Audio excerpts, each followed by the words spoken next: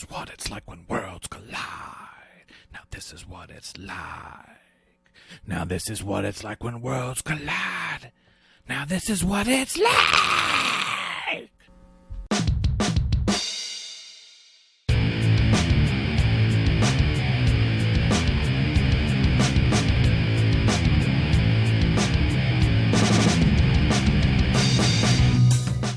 Hello, and welcome to Achievement Hunting 101, the premier podcast that will never give you up, that will never let you down, that will never run around and desert you.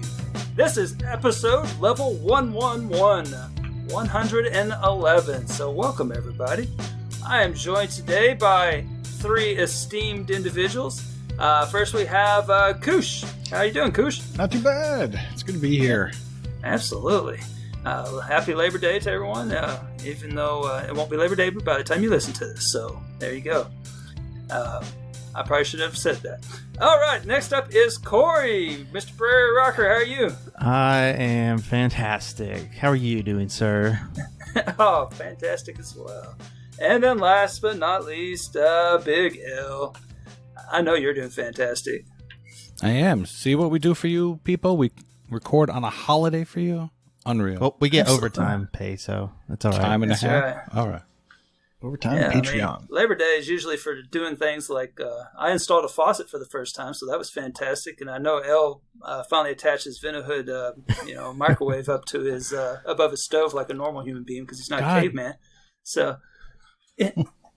all right. So, Labor Day, do some random things around the house. So, but that wonderful segue brings us into our game showcase. So we have each brought two games with us today. So we would like to talk about each and every one of them. So, Mr. Koosh, why don't you start us off? I would try to say with the title of the game, but I have no idea. Well, actually, I have no idea either. So I took a trip down to the ocean this week. So I was actually away from my console. So it was actually good that this game dropped this week. It is Touhou, I guess, Touhou Luna Nights. And I did a little bit of research. Apparently Touhou is a series of games, bullet hell shooters. But it's all done by one person who programs all these Touhou bullet hell shooter games. He's also done some sort of manga. I'm sure Fufu will tell us what that is.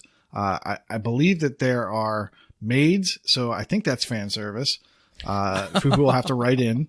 But this game is a Metroidvania, so it differs from the bullet hell shooter. But it apparently carries over some of the hallmarks of the Touhou series, which is there's a mechanic. Well, let me talk about the resources of this game first of all. So it's a 2D side-scrolling. It's got your typical Metroidvania map, and you attack at a range with throwing knives. There's also a time mechanic. If you hold down the attack button for long enough, you can slow time. You very quickly on pick up the ability to stop time with a different ability button. And that'll actually stop time for 10 seconds, but I think you can increase that by gathering pickups. Every time you throw your knives, you use a little bit of mana. So it's not like you have unlimited bullets or whatever. So you have to wait for that resource to recharge, or you can get really close to an enemy. So like if you happen to like dodge around them, it's kind of like bullfighting. Like the whole scoring system in bullfighting is like how close can the matador get to the bull without getting gored horribly.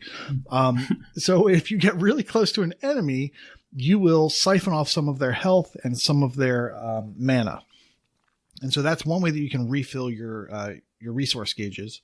And that really comes to play at the very first boss fight that you have, which is maybe half an hour into the game, 20, 30 minutes into the game. Because you go into that boss fight, you just start jamming on the knife button, and all of a sudden you have no mana. And you have to either just dodge for a while or get really close, figure out how to dodge and get close. So it's fun. It looks like it's challenging. It looks like it would be great for speedruns. I think that this could be a really good games done quick. There is a boss rush mode, so it's pretty much written to be done in games done quick next year. Hopefully. But yeah, I think there's even a timer right? On the screen? It could be. Or maybe that's optional. It might be optional. I know that there is that boss rush mode, so I'm sure that one has a timer. Yeah, I thought so I started this game too, and I thought I did see a timer. It's possible.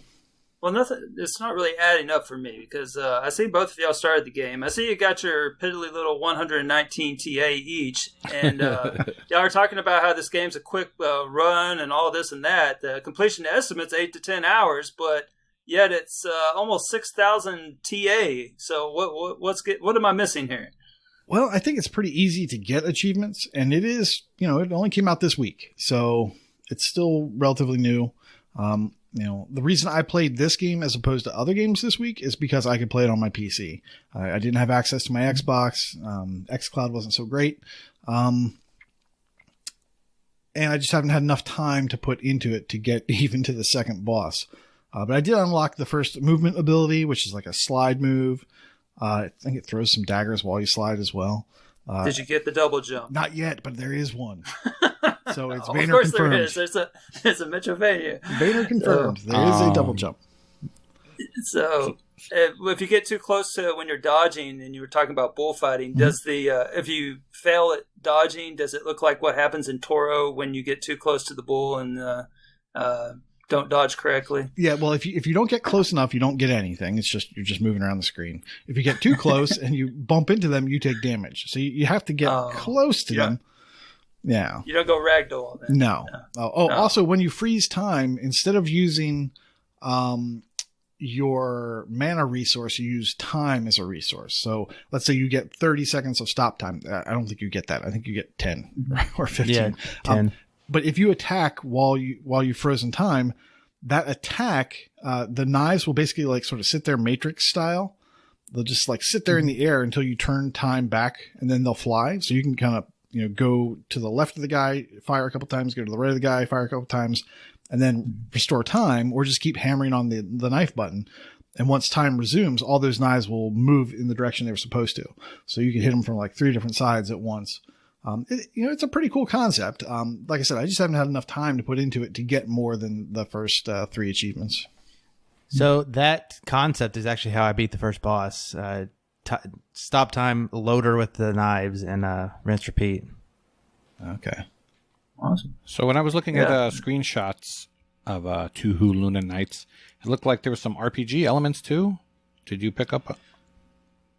There's a little bit. I don't know, Corey, if you saw more than I did, but as you're defeating enemies, you'll pick up a whole bunch of gems. It looks like the gems have stats to them, but I didn't really understand that. I just sold all of mine to see what. I think it's just currency, but I'm having not 100% MP alone sure. Gives me that vibe. Yeah, it's a resource that you can build by getting more pickups. So there's definitely pickups I can't reach yet.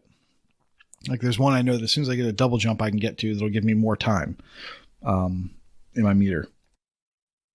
Well, there's definitely an achievement for you, Ell. There's one that's called Diabolic Wave, and you get it for defeating Flan. Wow! I assume you do that every time you go to a Mexican restaurant. But oh my goodness! But I digress. That joke was fantastic. Word to the wise, really quick. If you are interested in checking out the game, there's an achievement that pops instantly when you start it. So be wary of that. Oof! If you're a completionist, good. Wait for a walkthrough too. All right, so wait, what?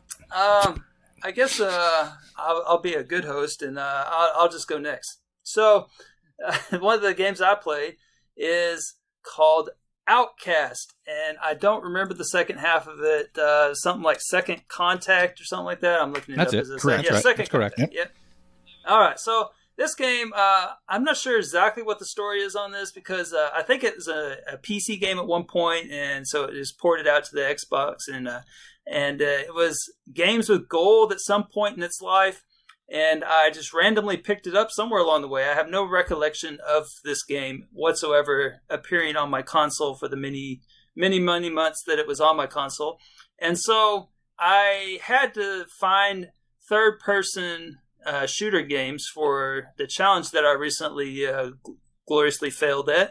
And so this game came up because it's a 15 to 20 hours, which sounds kind of long, but for third-person shooters, that's pretty good. That's a pretty good deal because most of those are not quick games. So, Ratalaika does not go to this genre very often. No, they don't. They don't dip their toes in these waters. And Outcast, it seemed like a good thing with a walkthrough and everything. So I'm sure that most of you actually own this game. You probably got Games with Gold back when I did, and you didn't even realize you owned it. But according to my friends list, only Skeptical Mario and myself are the only two that have finished it or even gotten remotely close to finishing it. And I don't understand really why, because it's not a tough completion. It's fairly straightforward. You have a walkthrough.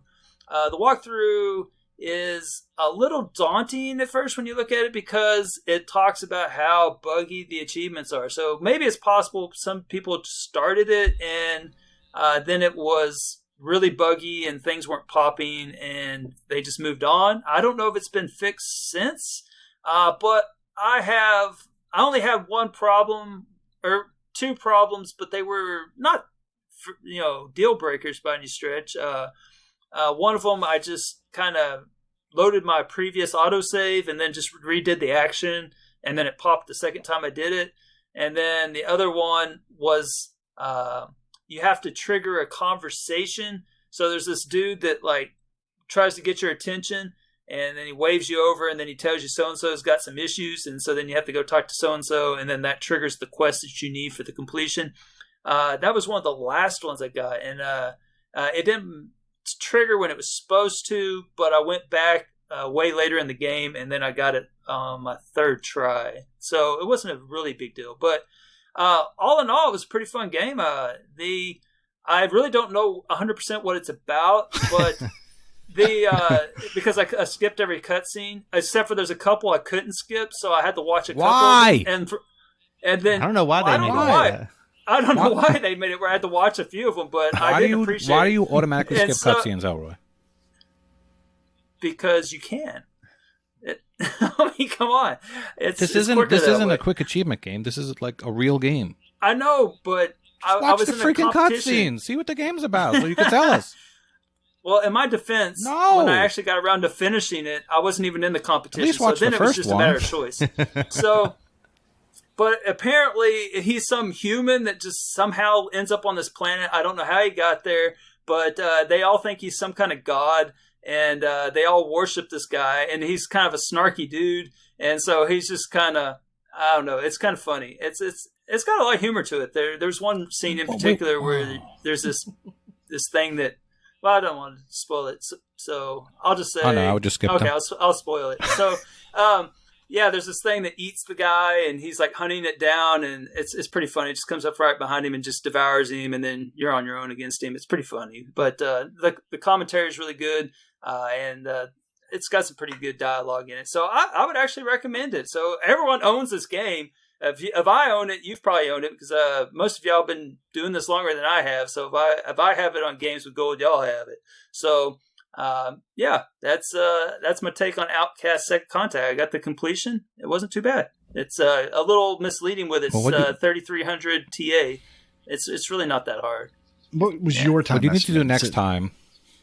Let's see. If I look at the side, if I look off to the right where it says the day I completed it, and it has a time, is that the time it says that I spent on it? Is that right? I don't know. Like on TA, it has That's the date you started. Yeah, okay. I don't trust those. Okay, well, it says 12 hours and 8 minutes, but the completion estimate's 15 to 20. I think it's probably close to that. So like 3 hours of cutscenes?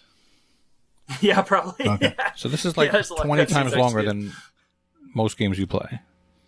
Yeah, but you know what? Actually, I was liberated recently. See, I've been doing freaking competitions.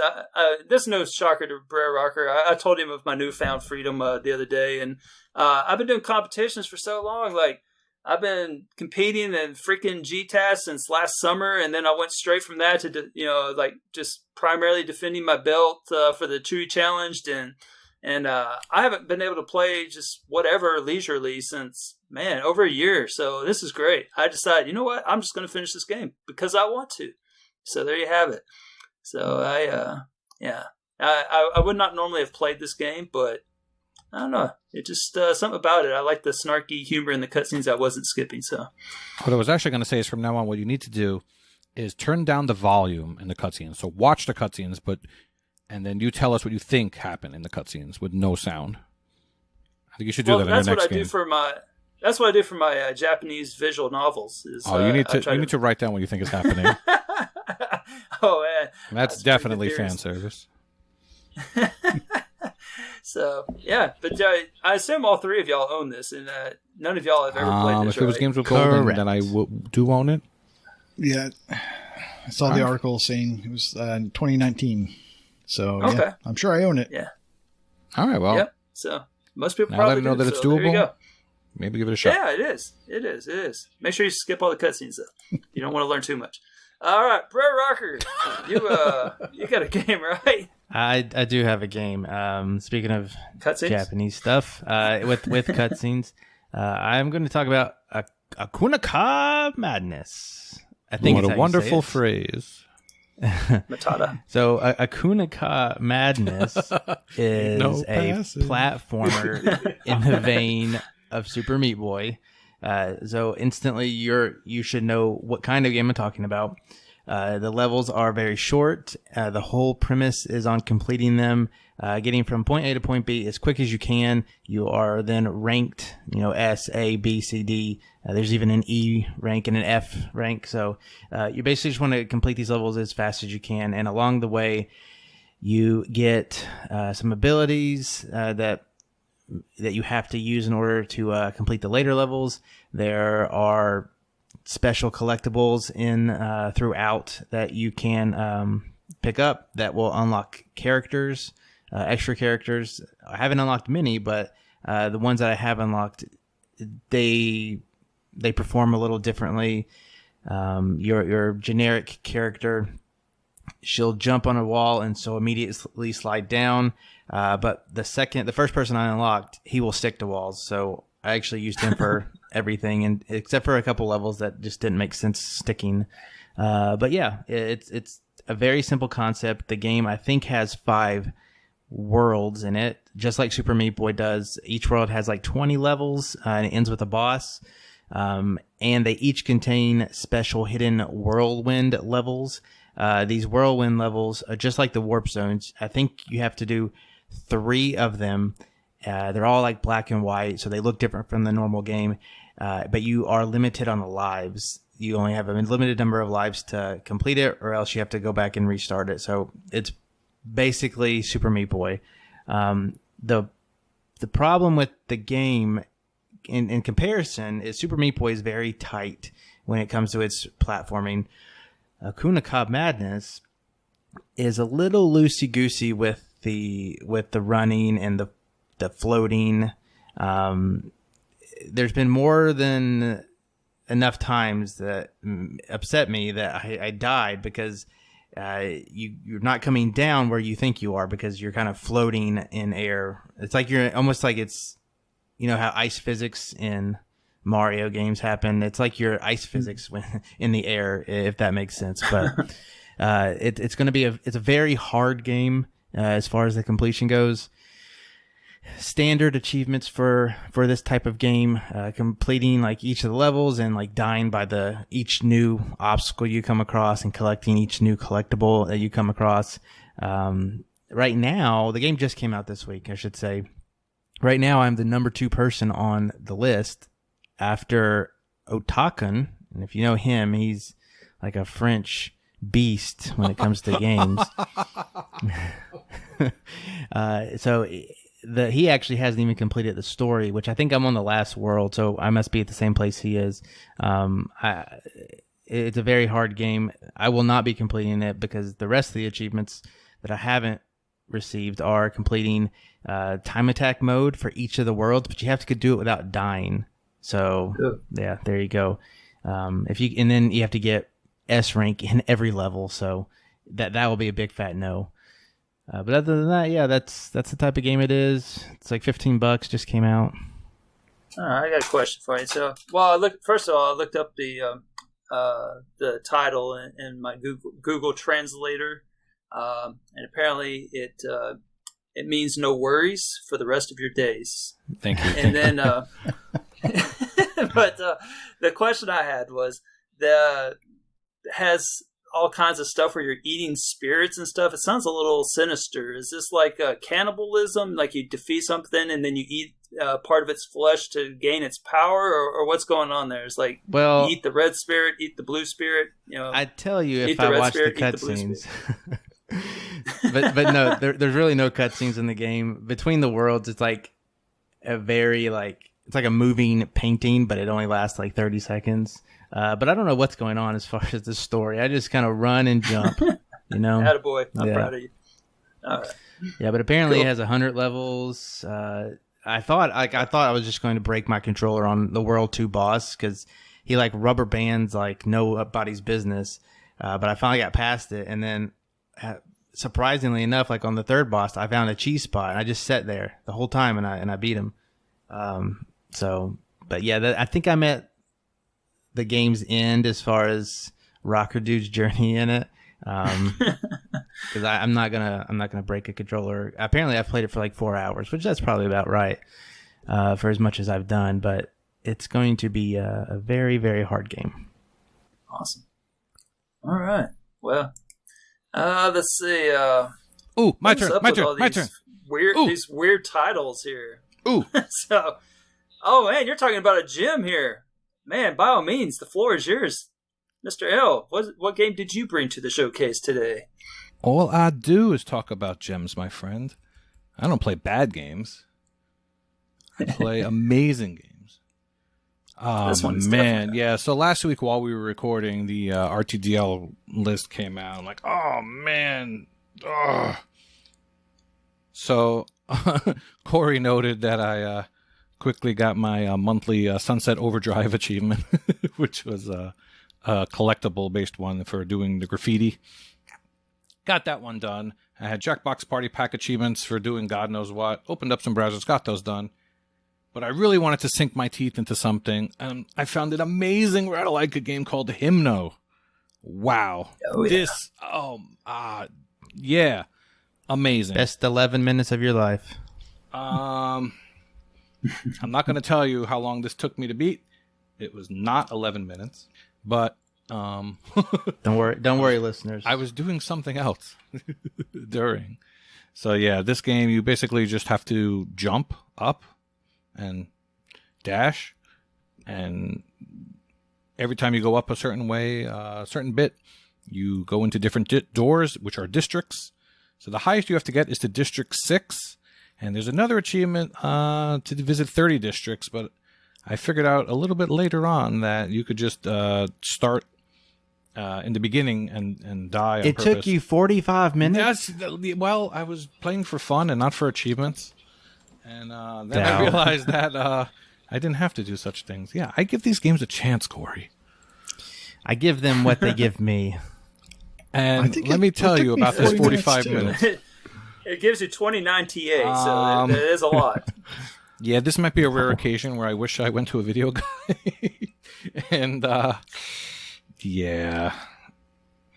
I mean, I guess there was some nice ambiance and audio goodness, but I don't know. This one didn't do too much for me. But if you like Gamerscore and you got $5 burning a hole in your pocket, I guess you could do worse. But I just find it odd that Elroy played the 20-hour game and I played the short game. Yeah, what's going on there? But up is down. And, yeah, and it's raining cats and possums. So, what do you make of the main character's head there? What exactly a PG-rated thing would you say that looks like? Like a kielbasa. Sure. I don't know, man. I mean, if the game's called Hymno, if it was called Herno, then it might be shaped like something else. Yeah, it just like a triangle. All right, so yeah, if you, it's the the art for the game has the picture of the main character there and all his or her glory there. A really sweet vest on. Yeah, so there you go. All right. Well, that means we have, since we're not doing the snake draft today, we'll just go back to the top of the order here. So, Mr. Nate, what was your last game you brought to the showcase today? Well, I'd just like to say that it took Ell 45 minutes. It took me 40 minutes to finish him now. But I started so much better. But I started at 2:55 a.m. and I finished it at 3 something a.m. So I think the time of day had something to do with it. But I mean, after your Gilmore Girls marathon, you finished the night in fashion, my friend. Exactly. So I didn't have a whole lot of gaming time. Like I said, I was, at the beach. But when I got back, I continued something I've been doing, which is, playing the top of the 90s. I'm a child of the 90s. I listen to a lot of 90s music, so I love the 90s. So I started looking at my games that were in the 90% completion category. So games that I've gotten a whole bunch in, but just for whatever reason, not come back to. I have, I knocked out 2 of those. I think on the last show I mentioned those. I've got 26 games left, in the 90% completion, and 5 of them are unable to be completed. And 3 of them are Age of Empires, which I know you're familiar with. Happy Dungeons. I think it was the X1 one. Yeah. The 360 one, I'm way farther down in the percentage. And then Marvel Heroes Omega. So those games I can't get. But there are 21 games that I can get. And so I started playing a little bit more of them. I'm chipping away at Blast 'em Bunnies, which is, oh my gosh, how much did that game cost? It's, because they don't factor in time. I think it's like a $5 game, but it takes forever. It's taken forever. So I'm got 2 last achievements on that, killing 100 bosses, and the bosses are random, and then killing like 3 bajillion blue bunnies. And I'm at like 70 some % of that. So I'm trying to do every day, like 5 bosses. If I keep it at that rate, I'll be done this week. And the blue bunnies are just kind of coming along at the same rate almost. So yeah. So I've been working on that. And I today had a bunch of time. I spent playing Plants vs. Zombies Garden Warfare on the 360. Now I know there was a big boost. There was a big boost a couple of years ago where a lot of people went through at the same time. I was not part of that on the 360. I jumped into the X1 boost and got almost all of that done. I think I have. This is also on my list. Both Garden Warfares are on my 90% list. I have 1 achievement in the X1 version. I have 3 achievements in the 360 version, 2 of which are tied to treasure yetis. So the kill and the 7 diamonds. I think I got 2 or 3 diamonds today, so I'm making progress on that. But then I have to do the levels still. So get 1 character to 10, get 1 character, or get 50 levels total. So I'm slowly grinding through those, and yeah. So I'm just chipping away at my 90% list. I can't even imagine going through that game on the 360 because there's no tracking. It was, on the 1, it was long enough, but. Well, luckily we did have enough people left over to kind of help with the ones that are really hard to track, like the killing 100 of each type of whatever, or getting 100 kills with each type. I can't remember which one it was, but yeah, we got that done. Luckily there's enough people left over that needed that I was able to get that done. But yeah, so I'm kind of everything I need, I can sort of do on my own at this point. So I'm not too upset about that. But yeah, the tracking, when you go from the 360 to the 1 and not having that tracking in the 360 and you see it in the X1, you're like, oh, that's fantastic. Well, I did it reverse. So I saw it in the X1 and I go back to the 360 and it's not there, and it's painful. So, I guess the obvious question is, all right, Koosh, gun to your head. Oh boy. Which one you going to finish first? Blast 'em Bunnies, Plants vs. Zombies. Oh, that's easy. Blast 'em Bunnies. Because Plants vs. Zombies, they are so stingy with the treasure yeti. And even when you get him, he doesn't drop diamonds for garbage. Like, it doesn't matter. Like, you can hit him, and he doesn't drop it. That's like a one-night boost. Come on. Yeah, if you got people helping you, sure. If you got people shooting them and not taking the diamonds. But that was 2017, Koosh. Come on. Yeah. I gotta watch the dog, you know. Yeah, I missed that boost, and I'm really missing it. So. All right, well, good luck. I'm sure that you'll have an update for us soon enough. Oh, yeah. So, but then I looked at your stats. You already killed over 1 million bunnies. That's like genocidal, man. You're it's not pretty. Shameful. Koosh Stalin over there. It's man. not pretty. That's crazy. All right, so speaking of sinister things, my second game was Ottoman Empire. So I was expecting a nice game where it was a third-person shooter for that contest I referenced earlier.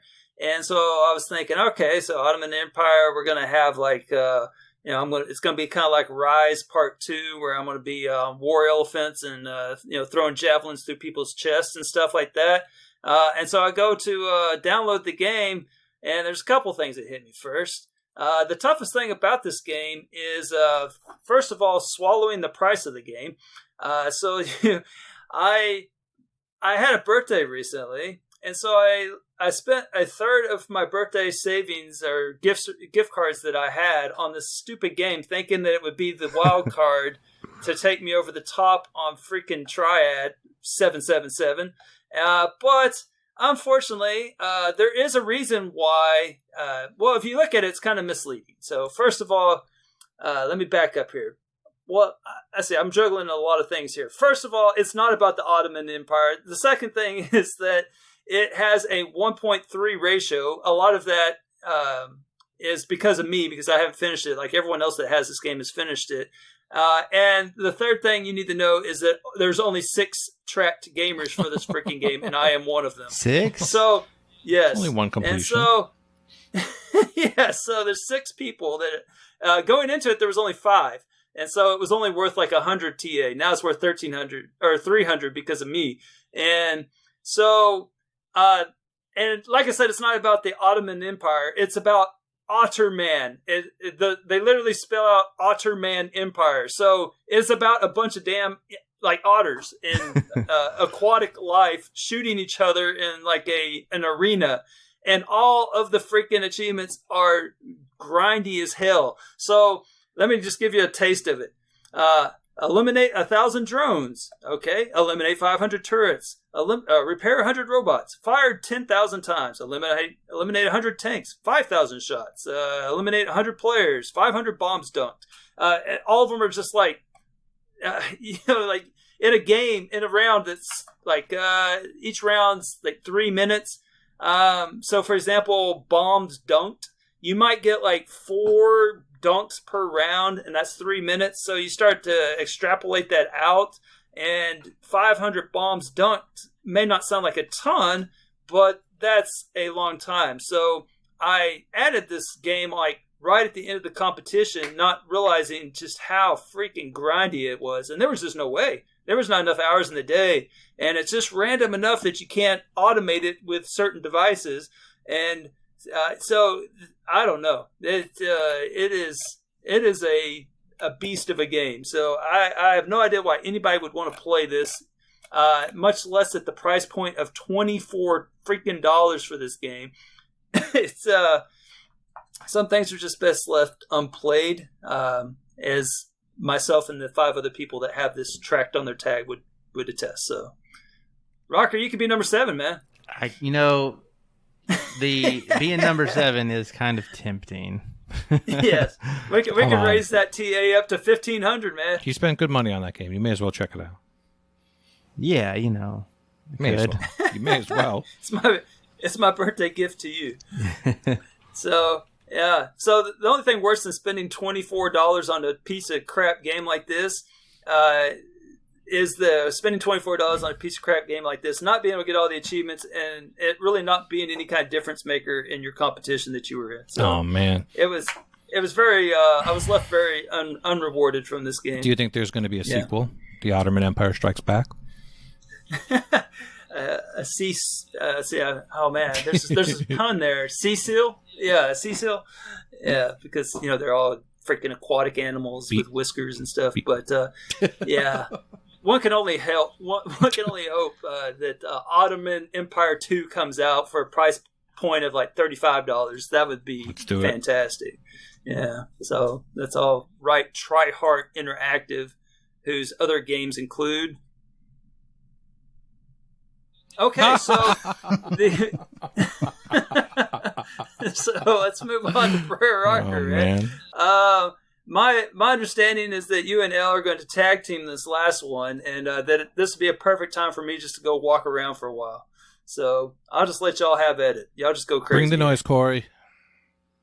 So here I am. Mm-hmm. Here I am. Doing everything I can. Okay.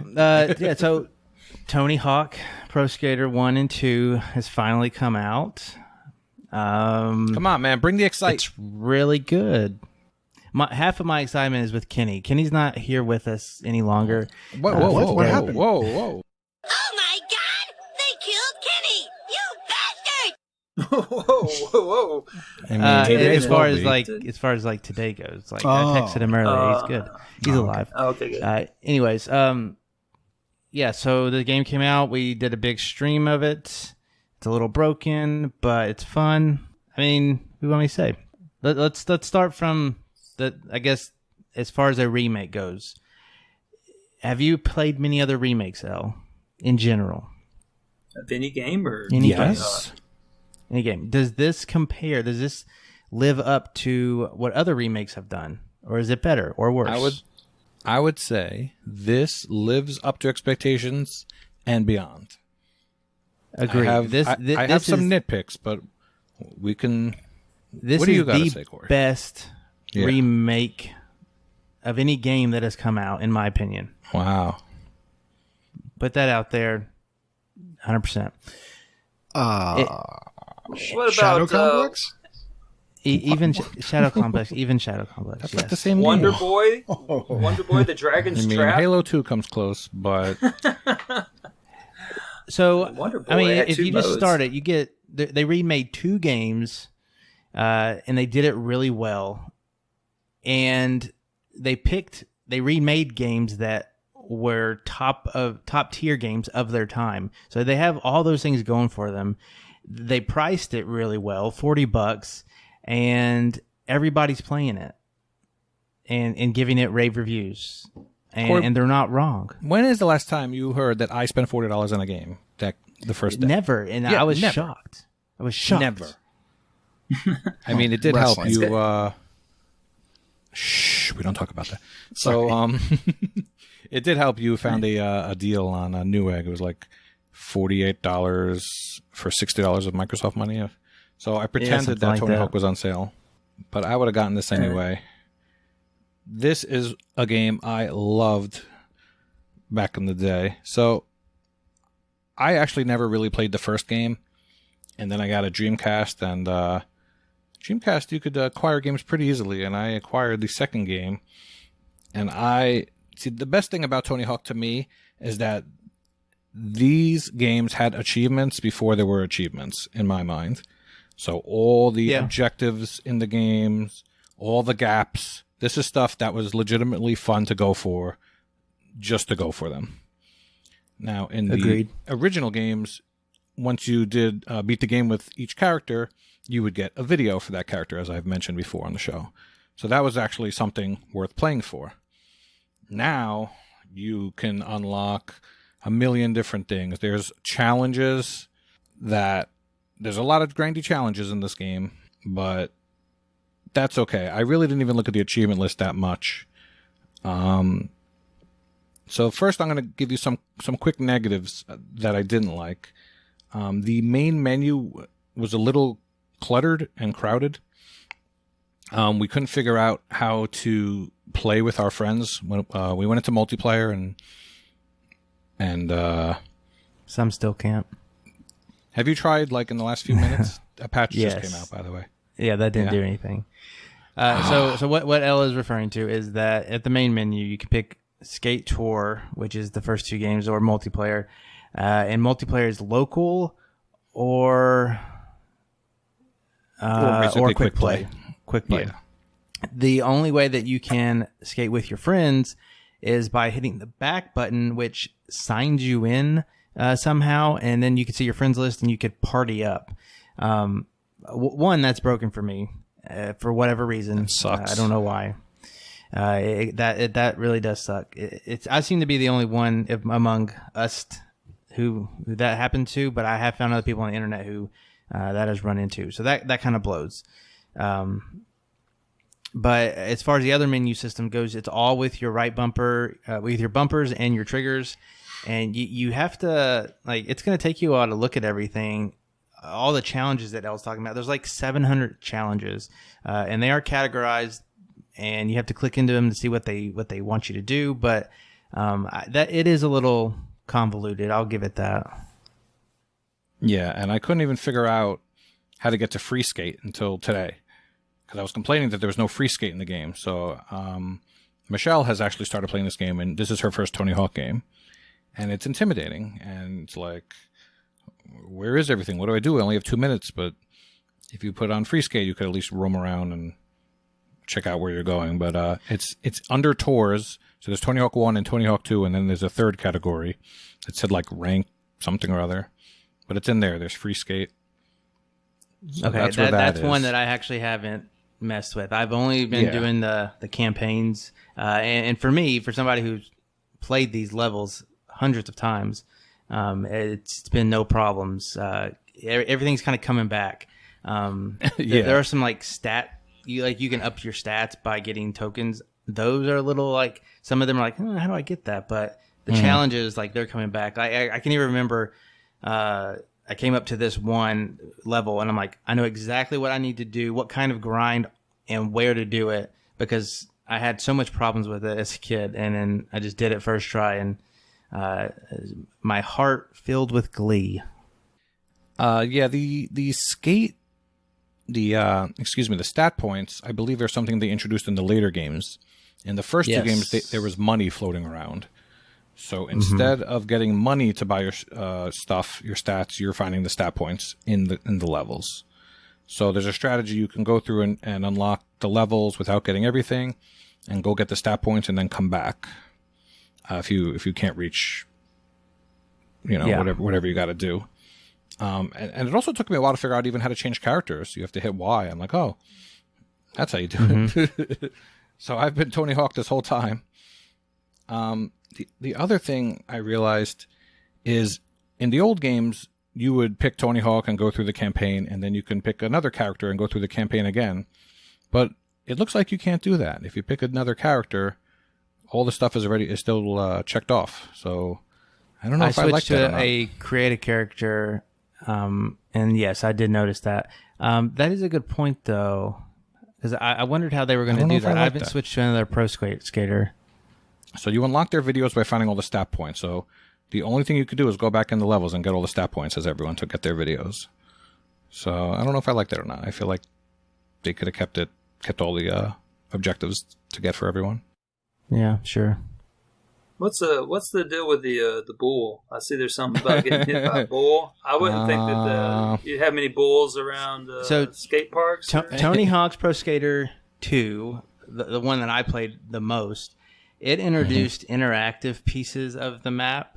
And so there would be locations locked behind like a gate or behind a fence, and you had to like grind up a telephone pole to knock it over to get access to stuff like that. One of these levels has a running bull around it. You're in like Spain, and you can, in the old version, Elle mentioned you had to pick up money. There was money hidden in the bull poop. And in this version, there's no money, but you can get like a gap for hitting the bull and stuff like that. And there's an achievement for getting hit by the bull. So a lot of bull talk on today's podcast. Yeah, that's the last level in Tony Hawk 2, Mexico, I think it is. And there's bull. Actually, so today, before we recorded, I finished the whole first game. So that was cool. So today, before we recorded, I finished both games. Really? Every objective, every stat point. Yeah. All right. Here's the question. Did you put the mods on? No, I haven't touched the mods at all. Really? A lot of the challenges that I've seen say that they are kind of disabled. Like you can't earn them if you have mods on. No, the mods actually don't disable anything. Even achievements? I think the 99.9 achievement is disabled, but like say you can't, like you said, you can't reach whatever you can't reach, like the I don't know, say you can't reach something, you could turn on the mods for no bailing, or special is always on, and you tend to be able to do that a little easier. So that's so I'm looking at the mods. You get perfect rail balance, manual, ellipse, always special, no bells. Yeah. You can double your score. I haven't seen that one. That might be an unlockable one. You can change the graphics to even different things too. And we have one called Old Timey. Yeah. Oh, that's cool. Yeah, those you have to unlock. So you can cheat a little bit, but then you won't. I don't know. Half of the fun is unlocking the stats and improving and getting better. Yeah, absolutely. But if you get stuck, you can do that for some things.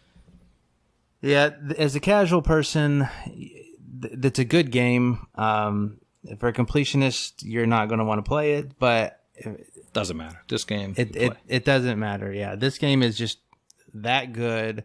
It's done. It's redone that well, and yeah, you are playing the same things many times with different skaters. But I mean, you as an achievement hunter, like you have these in-game challenges that you're watching yourself accelerate. So it's never, you're never just playing for nothing. You're always working towards something, which is nice. What's the difference between? Go ahead. Go ahead. Nate. Break it up a little bit. I was just gonna say, what's the difference between the deluxe and the standard? For $10 extra, they gave you one extra character and some skins. And I know that Chip got it, and I know that Vulgar got it, and they were like, "Why did we get this? We didn't need this."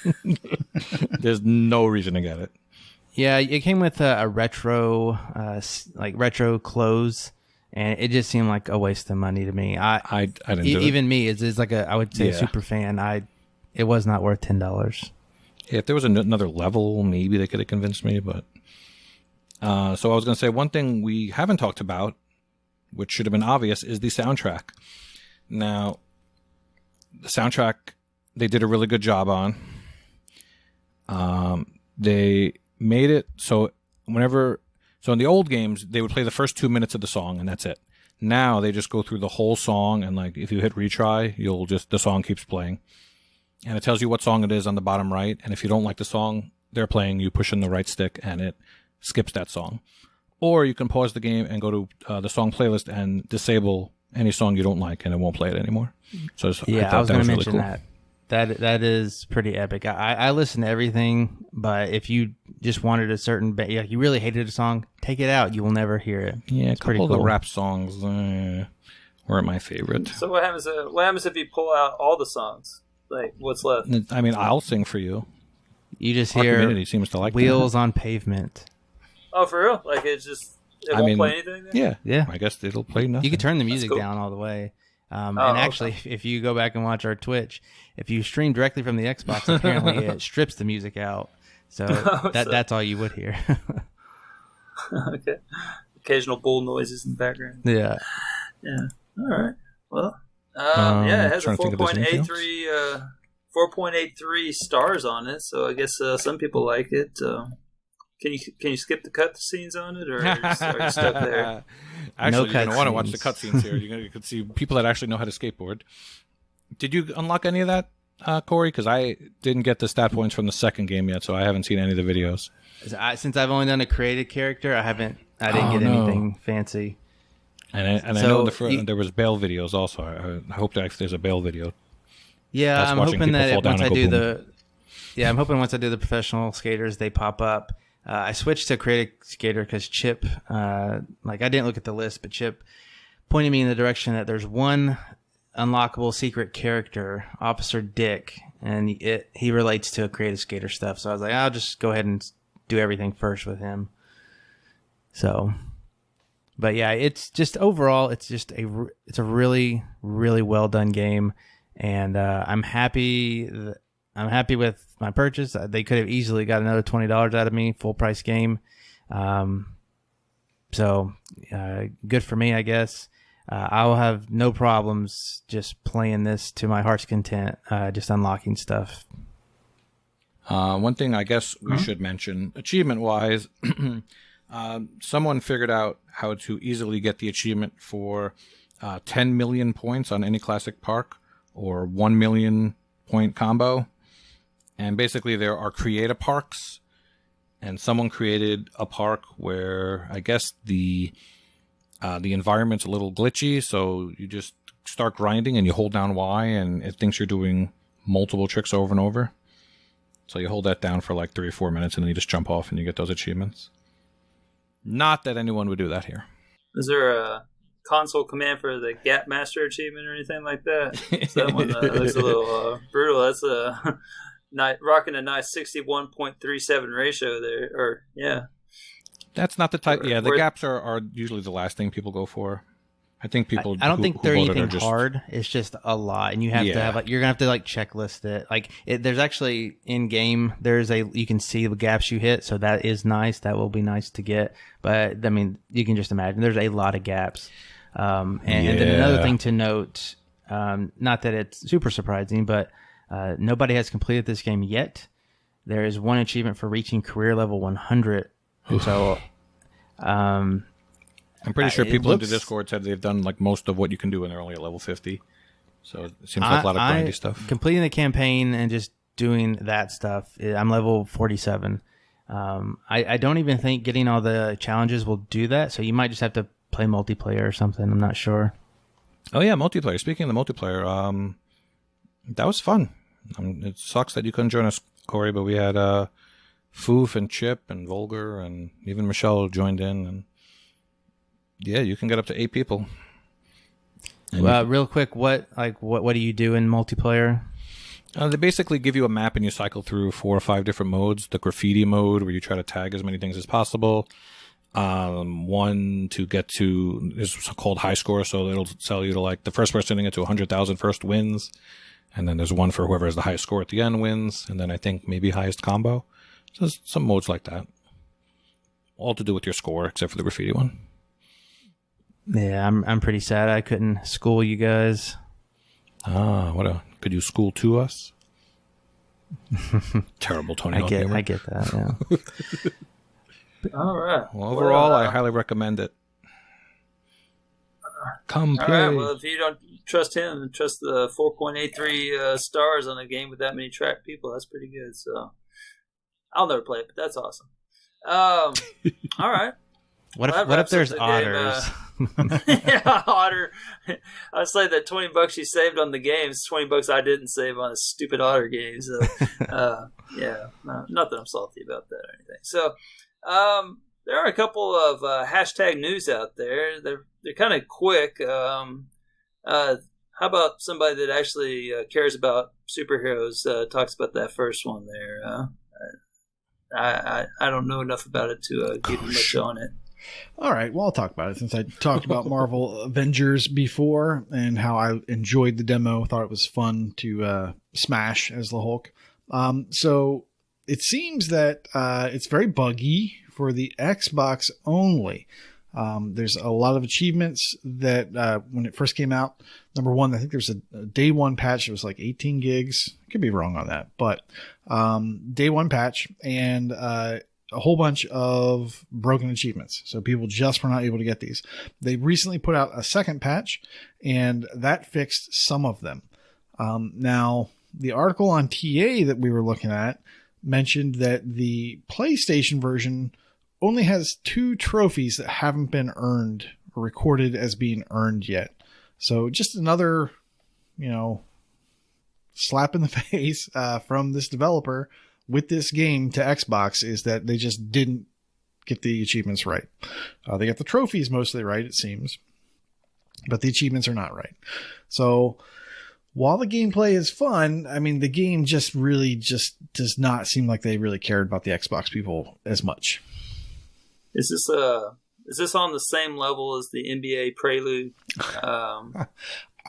I don't think it's that bad because there are achievements that you can get. So it's not like they gave trophies to the PlayStation and no trophies. I just need to know if I need to go start a second protest out there. You can actually get some achievements on the Xbox. I think you get most of them, but I want to say it was in the teens that were broken. and that's not great. Obviously, they have 50 achievements, and like 10 plus are not possible to get. So I'm looking at 1, 2, 3, 4, 5, 6. Counting on air is fantastic radio. 10 achievements right now have 0 gets on the Xbox, and then you have 4 achievements that only have 2 or 3 people that have gotten them. So those are the ones that were probably recently fixed by the patch. But yeah, so a teen were not available, and now a little bit more are. Right. Damn, you really hold a grudge, Elroy. Man, I gotta be honest. Okay, man. Yeah. That's Are they still making those Prelude games for the freaking PlayStation? I wouldn't know. I've boycotted them. I've knocked over any signs, mind you. Torn down any statues. I mean, You ever see Billy Madison? You remind me of when Steve Buscemi has that list of people to kill. That's what you remind me of, Elroy. I think you have a list of people to kill. no, NBA, 2K, them, and then they would make my list. Yeah, and then for sure. Someone you interviewed from G-Task. We What? won't mention who. Oh no! As long as a certain game doesn't get played, you know, as long as a certain game doesn't get played, he should survive Earth. If you catch my drift. So, yeah. So the other news story has to do with old Lucky. Apparently, he had some DLC that was delisted, and now it's free. So that seems lucky. So does anybody know much about that story? I actually emailed the dev, and a couple days later, they were like, "Yeah, everyone did this, so we're just going to give you all the DLC for free." And I know some people, that's kinda cool. One person that may be here that spent $40 on the new Lucky's Tale just to get those old DLCs. So here's how it worked. Here's how it went down. The developer, when they were announcing this game, they were asked on Twitter, "Hey, are you going to delist the game, or will the game and the DLC still be available when the new game comes out?" And they said yes. Well, that's not true, because when the day that the game came out, they delisted both the game and the DLCs, and you couldn't get them. You could not buy them anywhere. They were not in a physical release, or the DLC was not in a physical release. Obviously, the game was. So you couldn't do anything about that. And then people discovered, oh, well, if you buy the new game, who would do that because it was on Game Pass? But if you buy the new game, you get the old game and the DLCs for free. And I saw that article posted, and I said, whoa, I'm going to try it. I liked the first game. I bought the first game when it first came out. I said, okay, I'll do that. There's a thing going on with Xbox where if you spend enough money, you get $10 back or whatever. So I said, okay. So I did that. And sure enough, I saw everything downloaded. I was like, fantastic.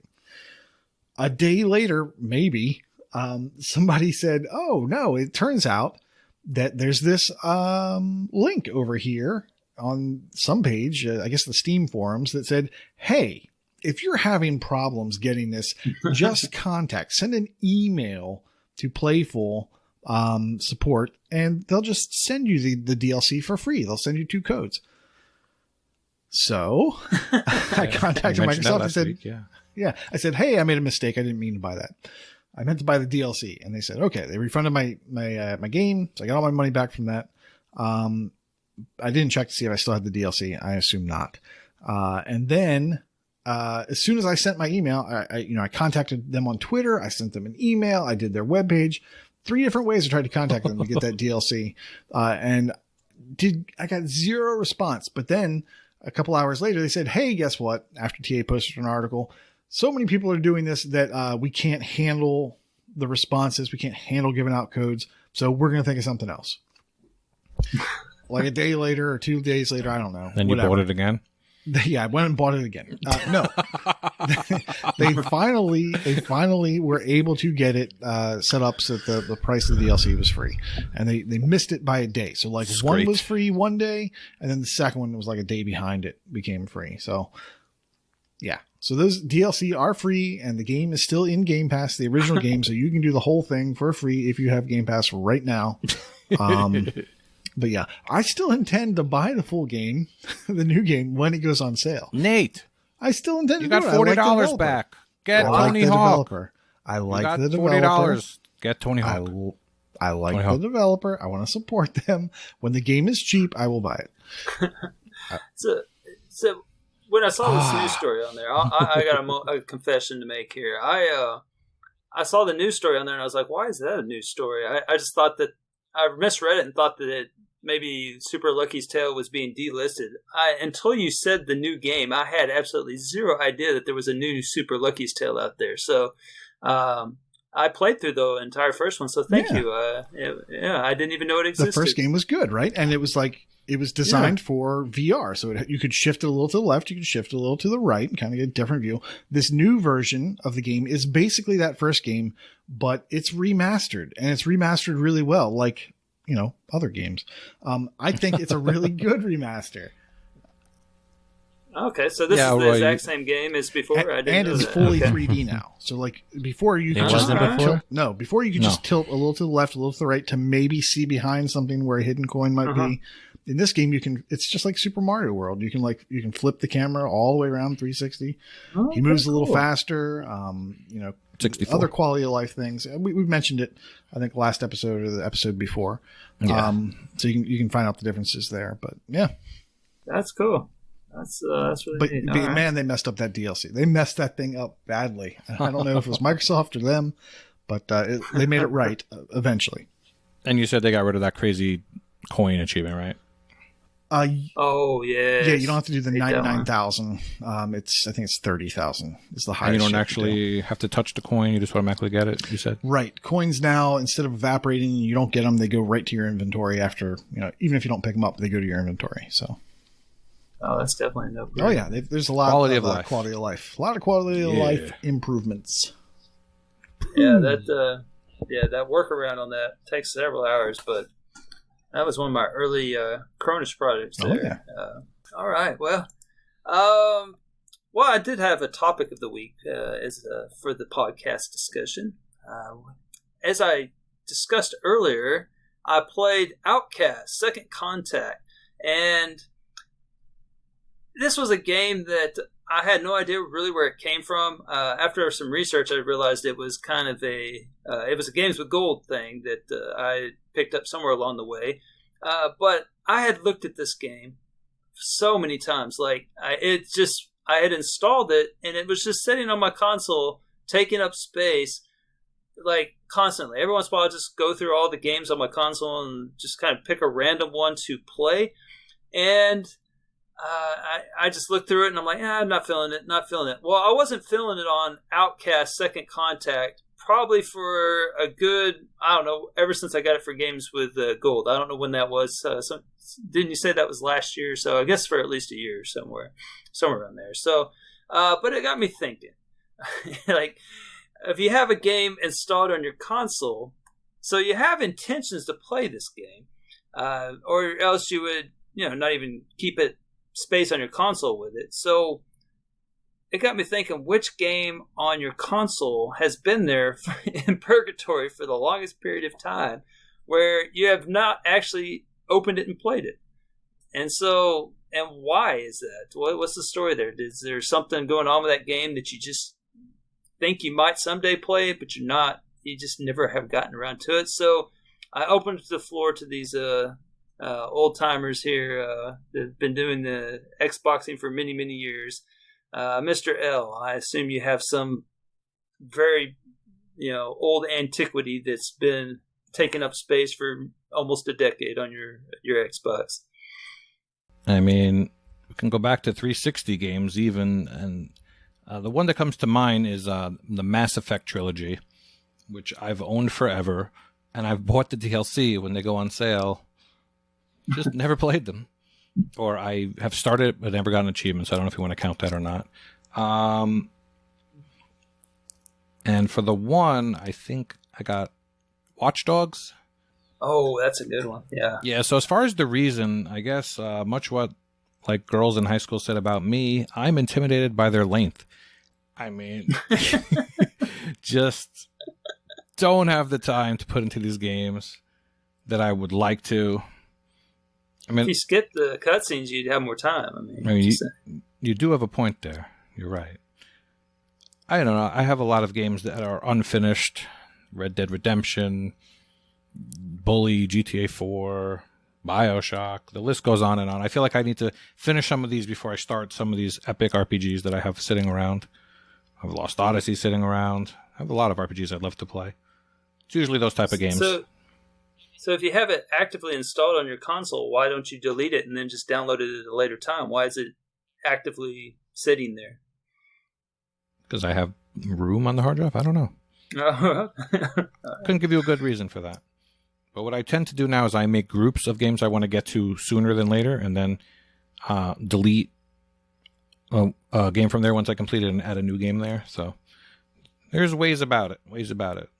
But yeah, we tend to have more than we have time to play. All right. What about you, Bro Rocker? So I found two that are pretty old. The first one is Deployment. Now, I have played Deployment, but I've never unlocked an achievement because it was too hard. Wait, what? Isn't that like a 1200 TA game or something? Like a 2-hour completion? Or am I thinking of something else? No, you are on the right track. Deployment is worth 1100 TA, 0 to 1 hour completion. So it's even worse. I guess now looking at the list, surely I could die in the tutorial to put this on my tab. Secret. But I remember not being able to beat the tutorial. Or you could not die in it, right? You could die in it or not die in it. You get an achievement for either way. I mean, all the rest of the three of us completed this game. That tells you something. I have a strict memory of playing this game for like 30 minutes and not getting anything. And I'm like, F this. And I just quit it out. Never went to it. So yeah, there's that. And then there's Costume Quest 2, which I've always wanted to play, but I always said I should play the first one. But that's like a 360 game, probably worth 200 points. It's a lot longer too. It's a short game. It's easy. It's fun. Just do it. Do it on Halloween. It's like longer though. Your mystery person that reviewed with you last week would enjoy that game. Mystery person who reviewed with me. Yeah, it's only 250 points per hour. Yeah, your interview. It's only the educational kids game person that reviewed. Well, you know she would like that game. I know he's It's not a real game. It's only a fourth of a game. Is it only a fourth of a game? Maybe I'll stream it for Halloween spooky stream. Ugh. Just do the second one. But no, yeah. I'm not gonna do the first one for sure. Yeah. Ugh. Okay.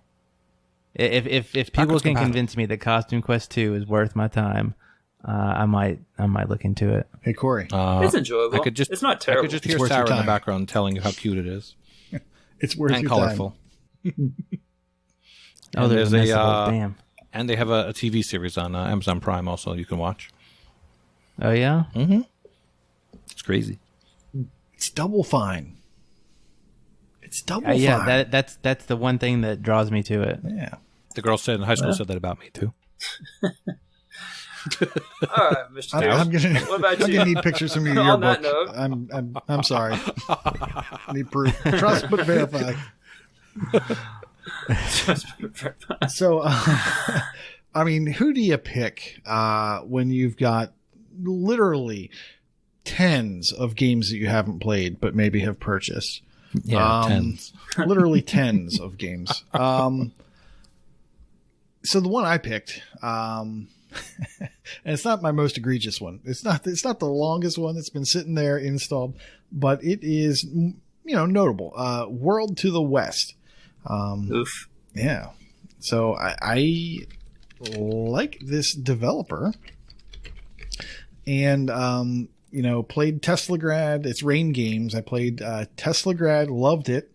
And I loved it so much that apparently that came through when I was talking about it on the Discord, and people said, "Hey, let's get some other people to try it," and other people liked it too, so that's cool. I then bought the follow-up to it, which is World to the West. It's not really a direct sequel, but it's kind of in the world of Teslagrad, and it's like a Zelda genre, so an adventure type action adventure game. And I started it a while back, intending to get the first achievement, but it was a little bit farther in than I intended, and I just never got back to it. But, I've talked about it before in these gamer therapy sessions on the podcast, where I have this thing where I save games that I really like and I don't play them because I can look at them and say, okay, well, when I have time, I'm going to sit down and spend it on this game that I'm really looking forward to. And I really want to enjoy this game. I'm not going to rush it. I'm going to come back and play that when I have time, when I can devote time to it. And they just never do. But another great thing about this developer is that they've got Mesmer is going to be coming out soon, which is a survival game. And we all know how much I love survival games that have console commands. So I don't know how that one's going to go. And they also have a Kickstarter going for Metroidvania. So I just thought it'd be great that I could talk about Metroidvanias. Genius Girl. Yeah, Genius Girl. So something like that. Yeah, that's open for a month, and maybe people want to check it out and see if that's something they want to contribute to. I don't know. Well, I have some advice on World to the West. A, don't do it. B, if you do it, don't play it the way I played it. I played it and got somewhat far into the story, and then I had no idea what to do. I wait for a walkthrough is what I'm saying. So I have no idea what to do, and then I needed to get an achievement in it for either when we were doing RTDL, or maybe it was to get a Z achievement or something like that. Because there's several. Or no, an X one. There's several achievements that start with weird letters in that one. And it took me forever because there's very little information on what to do in that game. There's like a French guy playing it and has a walkthrough on YouTube, but that's about it or something like that. And it's just, I don't know, it's a disjointed mess. So if you play it, focus your attention on it, or else you'll be completely lost in the woods like I am on that one. So...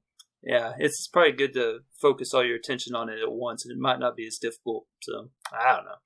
But for me, I thought maybe Z Heroes was the one that I was going to go with because I haven't played that one. I almost played it when I was in the G-Test thingy, but I just couldn't do it. I just couldn't pull the trigger on that one. Apparently, it's a very difficult game, but they nerfed it. But I don't know how bad they nerfed it. I don't know, just kind of the whole bullet hell thing, and a really difficult bullet hell, and can't die on a stage and stuff like that. So I avoided that one. But I'm not sure. I think actually the one that's been on my console the longest is Hands of Fate. I think that was like the first Games with Gold game I ever got, and I probably will never touch it, but I thought it was really cool at the time that it was a free game. And then and so I've kept it there, and I think it's a card game, so that's exactly why I will never play it, because it's a card game. So let me try to sell you on that one a little bit. So yeah, it's a card game, but it's a hybrid. So it's random, so it's kind of roguelite-ish, sort of. You can unlock pieces of armor the more you progress through the game so that you can get these random items to show up as you're progressing through. But the combat in the game, when you go to move to a card, is a little bit like Assassin's Creed. You can roll out of the way, you can parry, I think can you deflect arrows back at people? I can't remember. It's not as good. It's not as good as Batman Arkham or as good as like Assassin's Creed, but there is combat to it. So it's not strictly a card game. But there's cards. Yes, but there are cards, and it's random. It's very random by nature. And I really enjoyed that game. I need to go back and finish it, obviously, TM. But yeah, you might want to check it out. All right. There you go. I guess that moves us into Willin' and Dylan. So the weekly sales are up. Hey, Elroy. For a record. Say Sailgway. Sailgway? Yeah. Oh, that's your thing. We share here. All right. Well, Mr. L, why don't you go first, man? Since you love the Sailgway. This sale looks like it's a bunch of expansion DLCs and stuff. Oh, and man. I don't know, maybe just because it's a holiday, they really didn't come out with anything. So on the doc, I wrote, it's all shit. And then I guess someone else wrote, and I eat that for breakfast. So yeah, that is what I think of the sale this week. Fantastic contribution. Thank you. If only Dino Bull was here to add on to that. So, Burt Rocker, wow. I say you weren't impressed either. I was not. I will be eating my Wheaties for breakfast, but yeah, it's all poop. Attaboy. All right. Well, I mean, did y'all see the DayZ Livonia DLCs on sale? Oh, boy, I retract my statement. Yeah, you can go back and relive the magic. First, if you're going to play Zeros, I know that's the game you've been dying to play the most, and then DayZ Livonia, what? Yeah, and I saw one game on there. It was called The Padre, and all I could think is, why didn't they call it El Padre or The Father? The Padre. I don't know. Koosh, give the people something. Okay. Well, number one, at the time that we're looking at this, the sales are not on TA, so we can't do our usual sort by percentages or anything like that, and it doesn't split it out into what's DLC and what's an add-on item and all that garbage versus actual games. But yeah, it's not great, and that gives me hope that we're going to get a huge Xbox announcement really soon. And this is like, they saved all their good stuff for later this month. I actually looked at the Padre too. It looks scary, so I don't think I'm going to get that. But what I did notice when I was looking at the sales on Cheap Ass Gamer on Bloomy, he's a guy that we used way back when. Really? Way back when we used to take screenshots of all the sales from Bloomy's posts. Like he had this thing that parsed the sales, and then TA got wind of it. Eventually they added their stuff. So we had to go old school and go back to Bloomy's page to get the sales this week. And what I noticed is after going through that huge list and not really finding much I wanted to talk about, there was a post that said that the Titan Quest expansions are on sale for the first time. And so if you know anything about Titan Quest, it's kind of like an old school Diablo 2 type dungeon crawler. And the DLCs are each $20. They are currently both on sale for $14 each. So not a huge sale, but it is notable because it's the first time they've been on sale. So that's the only thing I'm going to mention this week, and that took a long time to get to. All right. Well, I might check out Titan Quest. I'm always down for a crawler. So I guess the contest, there was no happenings on the Game Pass that have been announced recently? Nothing been added? Nothing taken away? Part of that announcement. New Super Lucky's Tale. New Super Lucky's Tale. Yeah. No, if something's leaving, Goner is leaving. Goner's Goner is Goner. That's appropriate. Yeah, 8 days. And what else? It's Goner. Nobody ever knew her, all that stuff. So, shoot, I need to play that. Contest. Mm-hmm. So, P-Tart, she has her annual birthday bash. So, when's that end? Tonight. Challenge? Like a couple hours from now. So, if you're hearing my voice, jump in your time machine, whether it be a hot tub or not, and travel back in time and knock out some points for her because, it's the right thing to do. So I guess the winners will be announced in the next one. Yeah, just no matter when you hear this, just ping her and tell her happy birthday. It doesn't matter if this is March Freem, that's okay. Just go ahead and do it. Well, yeah, she'd appreciate that. Nate, what about the Gamertag challenge? So last month is now last month. So that was the Hack and Pwn gamer tag, and we because of the way timing works out, we didn't get around to announcing the draws, but we're doing it now. We had 24 participants with 153 raw entries from just the letters. 10 people did the bonus game or had already completed it. We had 29 entries in the bonus achievements, which were for achievements that kind of looked like a password that met certain password criteria. Actually, 32 of those were entered. Only 29 were valid. And in total, we had 302 draws, and our winner is Northern Lass. Now, the interesting thing about Northern Lass is that every month she knocks this thing out. She does the gamer tag, she does the bonus, and she does a bunch of bonus achievements as well. She did not get the most bonus achievements this month, though. That went to Alex R. Davies with 5. And all of my browsers have just crashed. That's going to make the rest of this very interesting. So she was just beneath that, and she also tied with, I want to say, Saucy Slingo for 4 bonuses as well. So congratulations to Northern Lass. All right. Fantastic. Congrats. And that takes us to our patron drawing. Yeah, so it looks like for the month of August, the patron drawing winner is, Cowboy Killer 360. All right. Congratulations, my man. Somebody will be reaching out to you very soon unless you reach out to us first. So congratulations on that. Just to remind you, we do draw monthly from our pool of patrons for a nice little gift. And as always, thank you for supporting us with your monies. Thank you, Mr. Cowboy Killer. Killer of Cowboys. All right.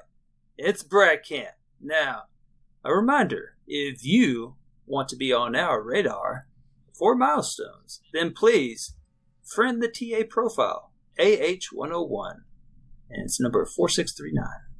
So if you don't hear if you don't hear your milestone, then chances are we didn't like it, or you didn't friend us. No, we probably liked it though, because there's a lot of them here. All right, I am going to go for completions here. I Need to Go Pee has reached a new milestone of 80 completed games. I'm not sure how many of those are Radalekas or not, but surely at least a couple of them are. Sabin Rothschild has reached a new milestone of 230 completed games. Mike Pitch has reached a new milestone of 470 completed games. MDP73, 510 completed games. This guy again. Blue Thunder 7398, 540 completed games. Well, guess what, Blue Thunder? Elroy Omj has 685. Love that so guy. There you go. Yeah. And Prue has 750. And Toad Style Venom tops the charts with 930 completed games. That's fantastic. Oh, man, I get to go again. So we got the completion percentage. Fug has 64%. Out of 24,000 achievements, apparently. And then Mike Pitch has 75% out of less achievements to choose from. MDP 73 has 87%.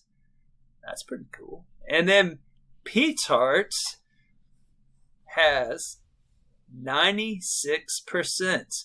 She is definitely that completionist. Now, she talked about it on Milestone Musings, and she is not playing around. 96%. Congrats, P-Tart. On to streaks. We have Triple Triad 777. Despite winning a contest over the past however many days, he just hit a 10-day achievement win streak, along with Hawkeye Berry and 20, P-Tart, XLAX Jester, Cabo, and that's it for 10-day streaks. And I promise I'm going to stop reading those next year. X the Hero hit 25 days along with Vulgar Latin. The Alpha Seagulls at 100 days. Chesno hit 250-day achievement win streak. And Elroy Omanjay 1,125. Prue at 1,650. Just a little bit different. We have achievement win streaks. MDP 73 is at 500 achievements. Seamus McLimey at 6,500. Chesno at 4,000. And Triple Triad 777 will not reach a 2-month streak with Elroy's belt. Wow. I had it for 8 months. Ball's in your court. Just saying. Elroy's calling you a try-hard. Wow. Some last-minute additions here. Achievements 1, Chesno hit 500, and fighter chip hit 23,500. In Gamerscore, we have the Alpha Seagull with 40,000, AZ Mongoose with 160,000, Alex R. Davies with 170,000, Northern Lass with 460,000, Prue with 870,000, and Toadstyle Venom with 930,000. In TA score, we have Alex R. Davies with a new milestone of 330,000. I'm giving someone some time to type later on. Northern Lass has 650,000. The Joe Dean has 760,000. Icefire TN, not in TN, is 820,000. What the fuck with 830,000. Bastion Reader with 920,000. And Blue Thunder 7398 has reached a new milestone of 1,400,000 true achievement score, which is less than Elroy's 1.5 million. Should be noted, apparently. Yeah, who's done your thunder now? All right, good. All right. In leaderboards, X the Hero is now in the top 10 of the TA leaderboard for visual novels. Wow. Nicely done, X. Oh, our good friend Lady Licky is now in the top 10 of the TA leaderboard for getting action. Nice. Chesno is now in the top 2,000 of the England Gamerscore leaderboard, as well as the England Gamerscore leaderboard for Metroidvanias, as well as the top 1,000 for the England Gamerscore leaderboard for managements. Oh, Chesno. Koshmos is now in the top 2,000 of the Gamerscore leaderboard on TA, and that's pretty freaking great. Koosh, nicely done. Cool. Wheezy Fuzz is in the top 10 of the Wisconsin Gamerscore leaderboard for management. Koosh, that was your line. On a Tuesday. Okay, wow. The day changed. Blue Thunder 7398, where have I heard that name before, is now in the top 5 of the Missouri completed games leaderboard. In which case, if Elroy moved to Missouri, it would be much less, I'm sure. He'd be in the top 6. Definitely. Kingsman 2625 is now in the top 20 of the Washington Gamerscore leaderboard for stealth. Wonderful. Philip Wendell is now in the top 50 of the Georgia Gamerscore leaderboard. If anyone cares about P-Tart's real birthday, it is actually September 8th. But when this comes out, you can wish her a belated birthday or just wish her a happy birthday all year, as Rocker says. That's fine, too. In our community spotlight, we have newcomer E.L. Sock, who has 90 completions, a 50-day achievement win streak, a 500 achievement win streak, 7,500 achievements won, and 280,000 TA score. So welcome aboard E.L. Sock, and thanks for joining us. Before we go, I wanted to quickly mention something I forgot about earlier, is that on both Thursday night after Tony Hawk and Friday night after the Tony Hawk stream that Rocker and Kenny did, we played Rocket League, and holy cow, Rocket League is the game to play at 1 a.m. when everyone is delirious, and it's just nonstop laughter. So if anyone ever wants to play that, it's always a game where you don't play it for a couple months, and then you come back, you're like, wow, how come we don't play this all the time? Even Rocker participated. Tip, I did. And pro tip, if you want to win, just make sure Fighter Chip is not on your team. You'll be good. Wow. Shots fired. Wow. Yeah, Chip is pretty terrible at most things. And in our other community spotlight, our good friend Mental Knight asked me to specially tell all of you that he reached the gamer score of 696969. Oh, and what achievement did he do this on, my friends? Well, none other than Acquired Taste in Strawberry Vinegar. Wow. Oh, yeah, he's also in the top 500 of the TA leaderboards now. Great. All right, well, that's all the time we have this week. You can find us at all the places. You can find us on Twitch, Twitter, Discord, Patreon. Just search for AH101. Or we're also on iHeartRadio. So there you have it. Elroy. Thank you, gentlemen, for having me in tonight. And until next week, class is dismissed. This is what it's like when worlds collide. All right, everyone. Good show, good show, good show. Really enjoyed that one. Really glad it was a slow news week, and we were able to dive into all the games. And Extra, extra, read all about it. wait, hold up. What's this?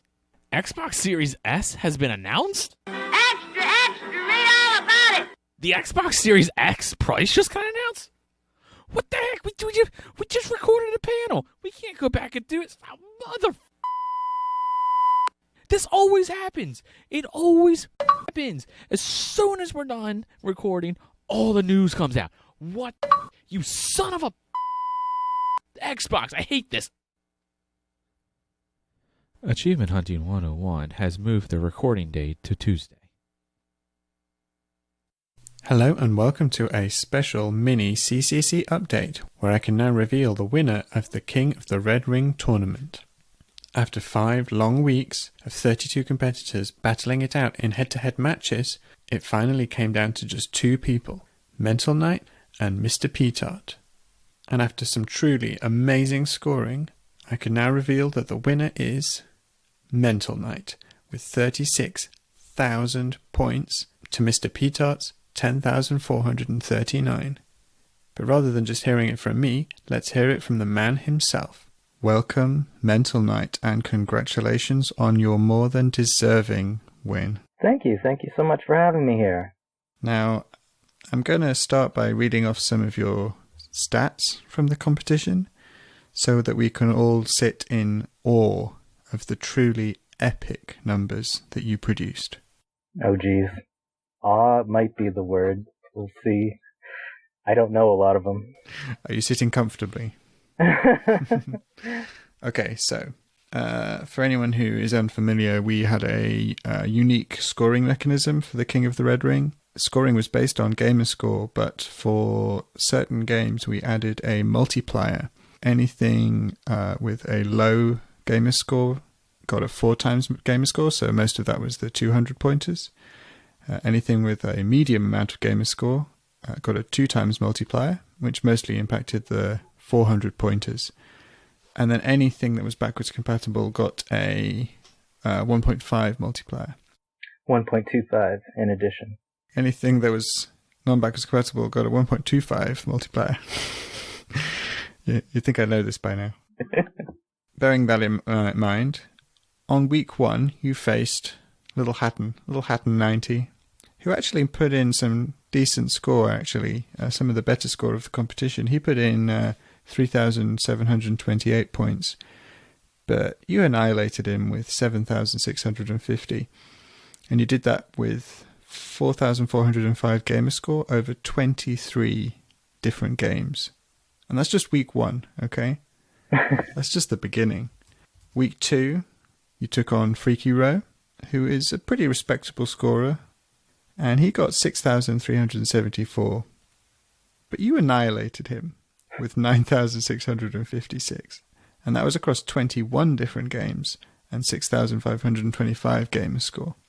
Round 3 got a bit interesting because you went up against Retro Chief, and Retro Chief had actually eliminated the community's top pick for the overall winner of the contest, Chesno, and he got 5,718. But you annihilated him with 11,340. In fact, there's a bit of a pattern of you pretty much doubling everyone's score. And that was with 29 different games. And in that case, it was only 3,780 gamer score, which meant you were pulling in quite a lot of the multiplayer games there, quite a lot of the smaller arcade games, because there's a bigger ratio between your gamer score and the King of the Red Ring points. And then, semi-final week, you faced MDP 73. Oh yeah, I guess I did, didn't I? Yeah, but it looks like all of your big scoring up until that point had got him a little bit scared, because he just pulled in 470 points. He just couldn't play with the big boys at that stage. And you could have played it safe, knowing that. But you didn't, did you? I played it extremely safe. You hit 13,180 points, which was from 7,630 gamer score across 29 different games. So yeah, you won that one. Well, that's not taking any chances, so that seems safe to me. You annihilated him. And then we hit the final against Mr. Petart, who literally no one had tipped to make it past round 1, well, apart from his wife, who only tipped him to make it up to round 2. And he actually put in a really respectable performance. He got 10,439. He's a beast. Yeah, he was your biggest scoring opponent.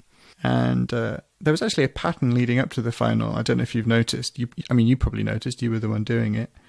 Where you earned around 7,000, then around 9,000, then around 11,000, and then 13. And quite a few people were predicting that you were going to shoot for 15,000. It would make sense, right? And if you'd done that, you would have still won against Mr. Petart's 10,000. It would have been a bit close. Yeah, it would have been a bit close. And actually, he had conceded by the last couple of days because... Right. Yeah, because you weren't hitting 15,000. In fact, you passed 15,000 on, I think, day 2.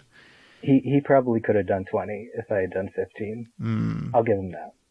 What did you end up with in that final week, mental? I think it was somewhere around the 30,000s.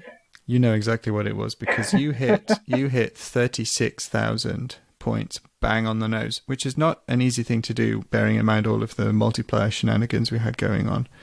So that's 36000. Very fitting end to the contest. Yeah, my last week projection just kept rising. I'm like, wow, I think I can do 23 in the last week. And then another week of preloading goes by. I'm like, I think I can do 25. I think I can do 30. And then literally 3 a.m. on the day of, I'm like, wait a minute. I can't just do 36,000 something. I might as well hit 36,000 even for the 360. And so that's kind of what I spent my Sunday doing, is hitting it even instead. And, and if that number isn't big enough, you did that by earning 16,835 gamer score in a week. And you did that across 90 different games. It's just truly incredible, these numbers. So I've done a bit of crunching here, and I can tell you that over the 5 weeks of the tournament, you earned a total of 77,826 points, which you did with 39,175 gamer score. Wow. Across 1,550 achievements in 147 different games. That's just truly insane. And not only did you do that, but you also managed to complete 29 of those games. I mean, that's like the type of scoring that people would be proud of across, I don't know, a year, right? Actually, yeah, I kind of am when you put it that way. And to be fair, a lot of the games you played and the achievements you earned were overall a lower ratio because you were going for quantity, right, over quality for the most part. Absolutely. Yeah, it's a gamer score contest, and gamer scores for babies. But you did actually pull in some quite high ratio stuff. So Wits and Wages stands out as being a fairly high ratio, and also Injustice. The Hoarder achievement in Injustice got you an 8.88 ratio amongst all of the literal thousands of achievements that you were pulling in. Okay. Well, those are both idling. I'm a really good idler. Yeah. So you mentioned preloading there, and I'm guessing a lot of this was a lot of setup that you had to do. Did you do a lot of setup leading into the contest? Yeah, after GTask 2018 and then GTask 2019, I knew, like, this is unhealthy. This is it. I'm never going to do anything like this again. But I do want to focus on 360. So then Vulgar comes up with this honestly pretty awesome idea to give the 360 some more worth and give those tiny little games some more worth. Awesome idea. Great job, Vulgar. And I thought, well, hey, that's what I'm doing anyway. So let's just be a part of the community and whatever, go along with it, yourself and go crazy. But I guess that's just not in me. So like I announced to everyone, the single elimination aspect of it really scared me. Unlike a G task, like I can't just float above the crowd. I have to beat this one person, and this one person might be the first or second or third highest scorer in the competition. You didn't have an easy road. Your matchups were the highest scoring on both sides for most weeks, right? Most of your opponents were the second or third highest scoring people in that week. Yep. So you knocked out some pretty hefty competitors. So I said, tell you what, I'm just going to plan and compile some material, and I'm just going to use my week 1 on 1 and 2 on 2 and 3 on 3 and not vary from that. And definitely told myself, I'm not going to preload. I'm done with that. I'm going to enjoy my games. I'm not just going to shoot in and skip everything and suck up all the score real quick. But that changed immediately. As soon as, like, midweek 1, Hatton was like, man, I think you got me beat. Oh, well, I guess maybe I could pull back and set some stuff aside. And then it was all over. And I was just preloading every week. And people are like, oh, don't waste all your good stuff. I'm like, I'm not wasting my good stuff. Week 5 is full. I can't fit any more in week 5. So I'm just using up what I have because we still like to score. We're still a community of people who like to get achievements, right? So I got them lined up. I'm going to get them. I'm just going to leave the end off of most of them. Throw them at week 5. So you've got a bit of a reputation in the community already, and that kind of showed in some of the brackets that came across. Chesno was by far the most popular pick for the brackets that people submitted, but you came second with that. So 5 out of 20 people who submitted brackets had you in the final, and 4 of those predicted you would win. So High Road, Chip, Fug, and myself all guessed correctly. And BenL72 had you losing against Death Dealers in the final. Most people had you losing to Chesno actually in the 3rd round, but with him going out, I think that really ruined most people's brackets. That really changed things up for me too. I really expected to see him in week 3, and I wasn't sure. I really wasn't sure of my prospects in the whole contest because of the nature of it, but that changed things. So one of the people who didn't have you in the final was yourself. Okay. So you didn't pick yourself for a winner.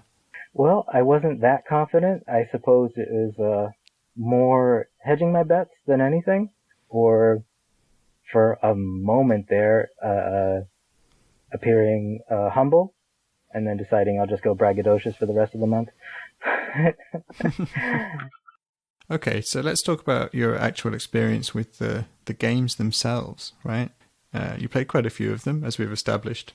Did anything particularly stand out to you as a good game, a good old 360 game to play? Actually, I liked a lot of them. I had passed over the Burger King games a bunch of times. Like, have to remind myself, like, wait, what's this? I've never heard. Oh, right, the Burger King games. Right, got it. Okay, I don't want those. Those are garbage. But with the value that they had in this contest, I kind of reassessed. I'm like, okay, yeah, I'll check it out. And I had fun. Sneak King is better than I thought, and I don't even like stealth. And Pocket Bite Racer was great. I like a lot of kiddie games, Disney and Pixar games. And I actually really liked, was it the U-Draw Marvel Comic Combat?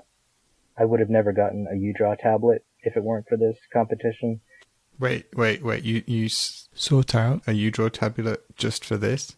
Oh, sure. I sought out quite a bit just for this. It wasn't pretty. You saw it. Oh, yeah. I spent every night trying to tally up your score. I saw it. I saw a lot of it. Like, I beam dived a ton before this and got just about every Xbox, especially Xbox Live Arcade game that interested me at all. Then went back through it with another fine-tooth comb through this lens of, well, what score is it worth for this tournament? So, yeah, I completely broke everything. Like, that's not what you're supposed to do. That's not how people have fun. Okay. I'm like, okay, I'll buy this just for the competition. The U-Draw was great. It was easier and cheaper to get than I thought, and the Marvel one is great. Rango was a fun little game, better than I thought it would be. A nice little third-person shooter platformer. nice little story. That was week 1. I think that was the last time I just played a game legit and enjoyed it and didn't skip all the scenes. Did anything, on the flip side of that, did anything stand out to you as particularly awful? Did you have to put anything down or just really force yourself to play through something? I don't remember anything all too terrible. I think I'm very forgiving. I think I like games more than people would guess. I like a lot of things. I did have some crazy experiences. I mean, I thought Mortal Kombat, the Trilogy Collection, I thought that would be just quick in and out. Yeah, I remember Mortal Kombat. I can beat these games easily. No, not at all. So that was a week 5 part of the plan. So it's supposed to be great score real quick. Just go in, beat 1, beat 2, beat 3, and then get the achievement for each of those, and then the achievement for beating all 3. And that broke me. It's like, wow, this one's so hard. I'm using the guide to try and use those strategies on the boss. Finally got 3, but it took me like an hour instead of a half an hour. I'm like, wow, this is really not panning out. And I'm on tilt now and not just moving on to the next thing. Now I'm really determined to get this. Finally got 3 and said, well, forget 1 then. I'm like, wow, well, now I'm behind. Because it was like late Saturday. And I'm really trying to hit my goals for Sunday. Like, great, now I'm behind. And then I pop in Time Pilot, which I had predicted I can only get 2 achievements quick and easy. And I got like 6 or 7. Like, oh, okay, well, there you go. So it's just funny. Sometimes I did so much poorer at this than I thought I would, and then so much better at this than I thought I would, and it evened out. I love the fact that you had the win in the bag. There was no question, but you were stressing about the fact that you were going to hit your exact final score or not, rather than the fact that you were going to win or lose. They don't call me Reasonable Knight. Okay, so with this audacious stomping the foot down, laying it all out there win, you have got the opportunity now to take on our new CCC champion, Triple Triad 777, Rumble winner, Elroy D-Belter. Yes.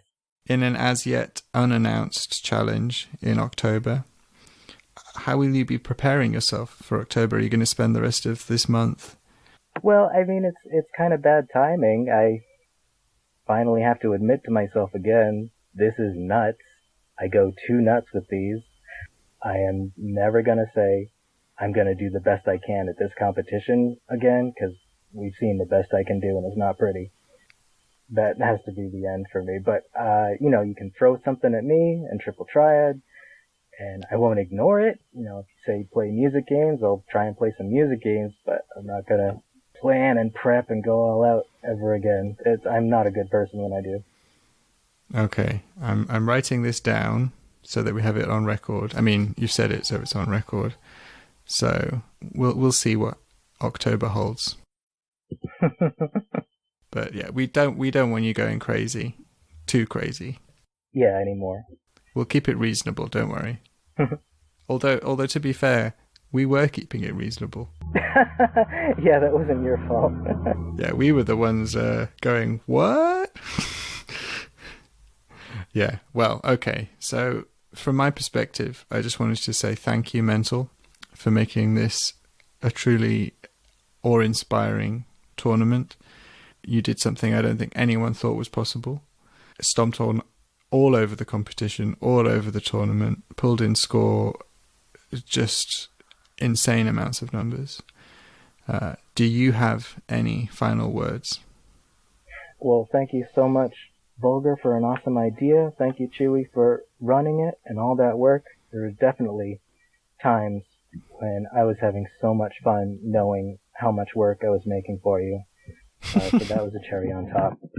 Okay. Well, Mental, again, thank you very much for joining me, and we'll see you on the flip side. Thank you. Take it easy. Hey guys, so Elroy and I are going to do a game swap. Spoilers that it involves us. We haven't done game swap in a while, but we've mixed up the format a little bit. We've tweaked and revised, so if you weren't a fan of the original format, just give this one another shot. Let us know what you think. Lara Croft in a field. Marcus Phoenix in a kitchen. Candleman in the dungeon. Barbie taking over for Master Chief. They be swapping games. They be swapping games. They be swapping games. They be swapping games. They be swapping games. They be swapping games. They be swapping games. Disclaimer. All children and events in this segment are entirely fictional. Any resemblance to actual children who burned in the bowels of hell or who were consumed by monsters, both living or dead, is entirely coincidental. All right, game swap. Let's do this, X. Yeah, how you doing, man? On that note, man, hard to follow that up. I'm good. Quite... It's been a while. Like, yeah, I don't even know how long. A while. Yeah, so that's I mean, especially for game swap. So, I'm not sure which number this is. Probably 4-ish. I think this is Game Swap 5, but I'll be honest, I don't remember. Yeah, I know I did Gears and Overcooked, and then Rise, Son of the Devil, and I have a file called Game Swap 3, and maybe this is number 4. All right, but just give it another shot if you heard the disclaimer and you've made it this far. We did tweak the format up a little bit to fine-tune and streamline some things, so hopefully you guys like this one better. Yeah, for sure.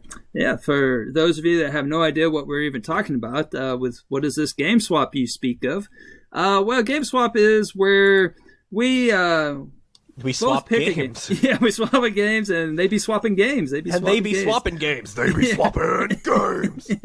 Right. So, the new format is we used to both choose 2, but now we're both choosing 1 and forcing the other one to kind of work the game into the game. So yeah, basically, instead of it just being me being very self-indulgent and then Elroy also being very self-indulgent, we kind of just decided to let's screw each other, but not in like the the marital affair way, just the game swap way. So, Elroy, what game did you choose for me to work with? Oh, I'm so glad you asked. I have chosen a classic, a true classic for you to work with. It is no other than the 5th and final video game based on the Zumba program that was released in 2013 on November 19th. Yeah, wow, you are old. Not 1913, but November 19th, 2013. It's a game that was aimed at children and middle-aged Chivo hunters.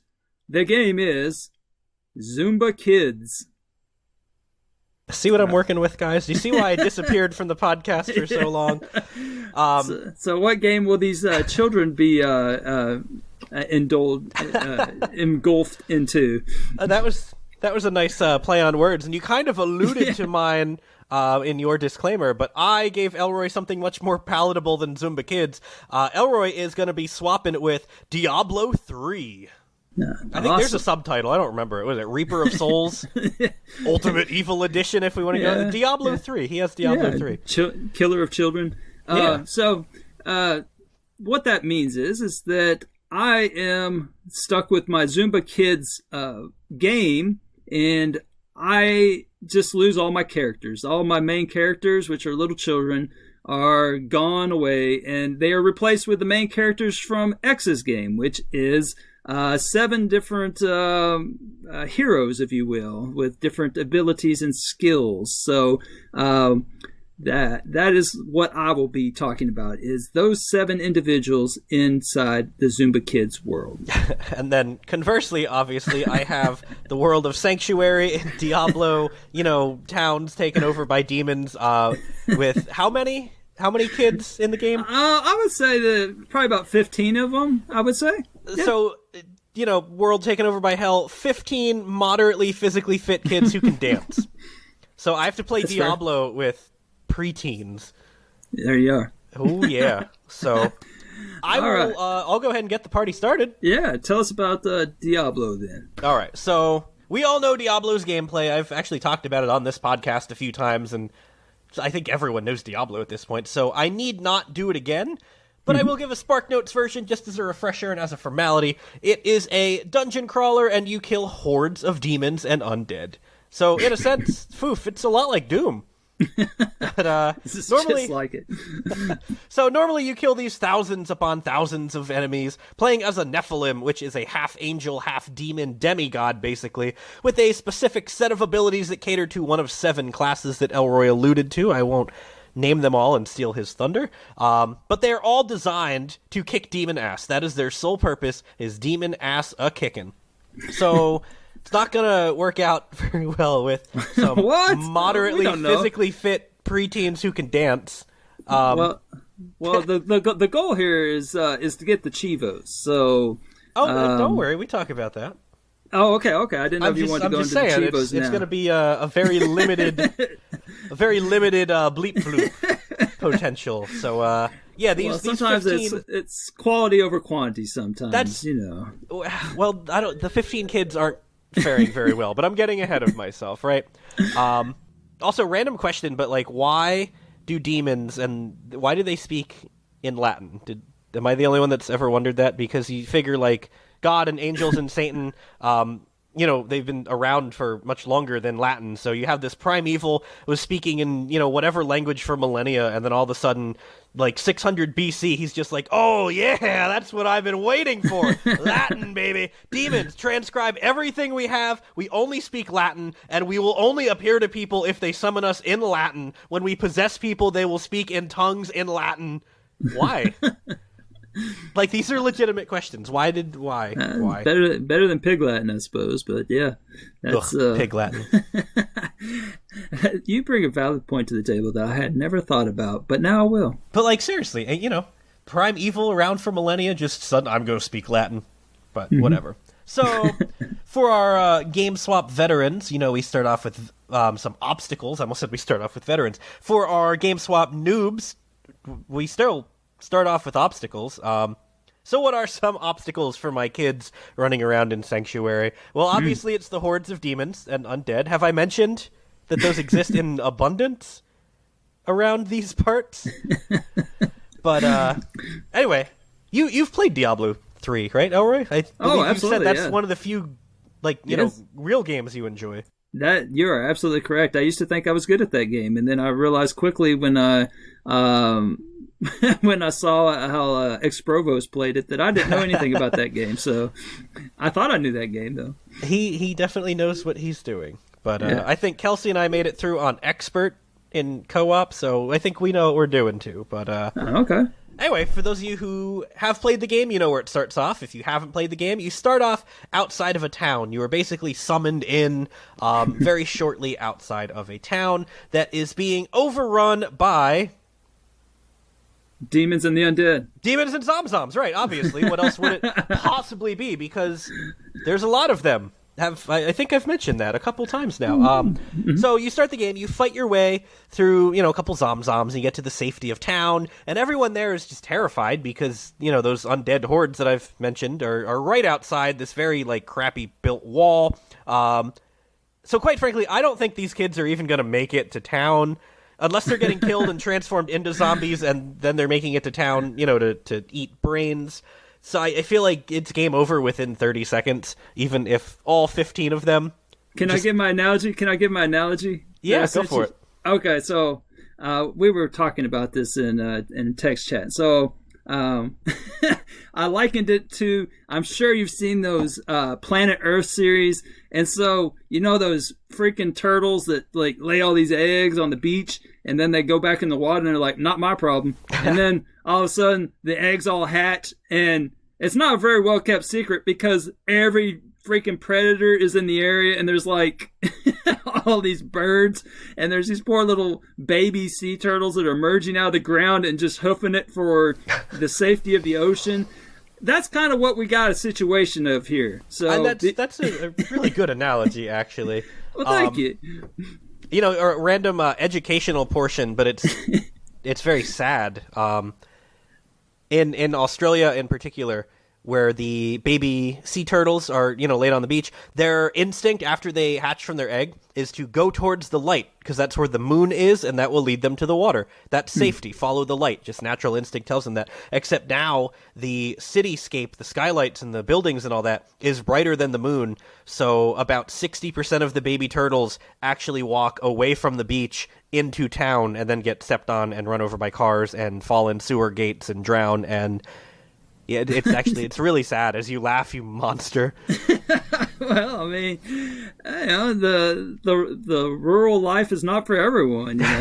Maybe that was their big chance. To make it big in the city. But they die. Just like these kids would do. But yeah, there's some cities that when it's sea turtle hatching time, they'll go dark so that the turtles will see the moon and go in the water, and that makes me happy because we like turtles here. But I like turtles. I like turtles. Anyway, back on topic. So we've sort of left out, or just me because you're not talking. When you die in co-op in Diablo, you just sort of float in limbo for 10, 15 seconds, and then you can spawn on your ally. So there's these 15 kids. As long as one of them at any given time is alive for 15, 16 seconds, they can sort of just create this trail of dead bodies as they just very slowly res back towards town. I don't know how that works, quite frankly, but it works in the game, so it works with the kids, unless they're on hardcore mode, because then there's no chance. Then they're all dead. Okay, so let me be Diablo's advocate here. So that was great, actually. So, all right, from my recollection, you don't actually run into any enemies until you get to the wagon in front of town, where everyone's like, "Oh my gosh, they're all coming now!" And then all the zombies come piling in.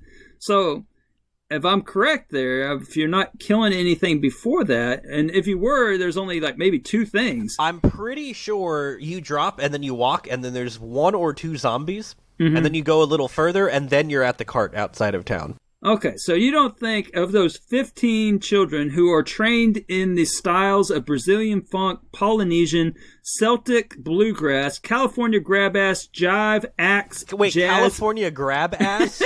Okay, you caught that one. I thought I'd slide that one by you.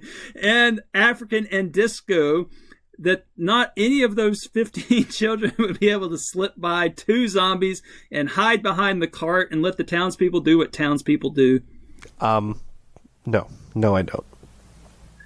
But wouldn't the zombie be consuming there's one of them that's like this little chunky boy, and bless his heart, he's trying his best, but he would be quite a meal. And so I think that would keep at least one of those two zombies occupied for a little while the other 14 are making a break for it, because clearly they don't have to be faster than the zombies. They just have to be faster than that chubby kid that's in the Wipeout video. No, my answer remains the same. No. Partially because I'm getting a little out of sequence here, but because the zombies, when they do their zombie walk, they kind of look like they're dancing. So these kids might be like, "Oh, dancing partners," and they're just gonna stand there and dance while the zombie gets closer, and "Oh, they want to go in for a duet, a partner's dance," and then brains. We know how that ends. But I'm glad you brought up all those skills and dance moves that I... Especially the California grab ass. Yeah, you thought you were clever, but... I thought I would get that one by you, I'll be honest. But yeah, what do the kids even do other than dance?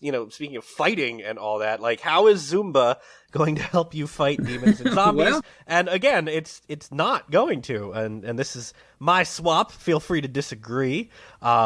But it's not. They're going to die. So I'm just going to skip over that aspect. And I'm just going to go with the whole respawning thing. They make it safely into town. So now we have apparently 14 relatively fit and one little chubby kid. Zumba knowing kids in a town surrounded by zombies and demons. I think probably hordes of them. So what use can they possibly make of their Zumba skills? And I think this is going in a direction that you are not expecting, and I say that to Elroy and everybody. What can they do with their Zumba skills? And obviously it's to become Zumba dance instructors in New Tristram. I did not see that coming. Because I didn't think you did. But I don't know about you. If I'm going to die, if I'm about to become zombie chow to the multiple hordes, I might as well learn how to dance, right? So So in a town of relatively fit people that have survived and who are fighting to stay alive and, fighting for food and nourishment, they're going to take up Zumba? That is absolutely correct. Is this to get their mind off of their situation, or Well, that's funny that you mentioned that. Elroy, but answer me this before I get it. How many dance classes, rather, have you been to? As a married man, surely Kelly has dragged you to one. Oh, well, if you didn't know, actually, we're doing dance classes. We started in February, and we're quite adept at the Roomba, not the Zumba, but the Roomba. Isn't that a vacuum? The cha-cha, and getting pretty dangerous with the waltz and the swing at this point. So, but yes, I've been to quite a few dance lessons. And how long are these dance lessons? They're usually an hour. And does it feel like a really slow hour or a really fast hour? Sometimes it depends on the dance, but usually it goes rather quick. Okay. Well, I'm going to focus on those ones that seem like a really slow hour. Like, I remember one of my college professors, we had to fill out a survey and towards the end of the semester, and I put on the survey, if I had 1 hour left to live, I would choose to spend it with Dr. Hogan because that's the slowest hour of my life. Nice. So I'm sort of going with that. These people, they're about to die. There's hordes of zombies outside, right? So they're facing imminent death. They're going to go to one 60-minute dance class. That's probably all the time they have left, but it's going to feel like an eternity. Yeah, so it's going to be like false promises of seemingly prolonging the townspeople's lives by having them attend dance classes. So the kids will, make a killing, because who doesn't want to seemingly live longer? Plus, eventually, someone, possibly a Nephilim, will show up and, save the town, and then New Tristram is safe, and these kids already have an established business. They just need to really, pitch their not really life-prolonging, but seemingly life-prolonging services to just convince the terrified citizens that everything is going to be okay. Certain death is looming outside your window, but we can just ignore it, and I promise you'll be safe. Just come dance, you'll be safe because I said so. And if it works with Trump supporters, it can work with Zumba kids. So Diablo's advocate here. Wouldn't the in the goal to get achievements, though? So are they going to be able to get any achievements by starting this startup business and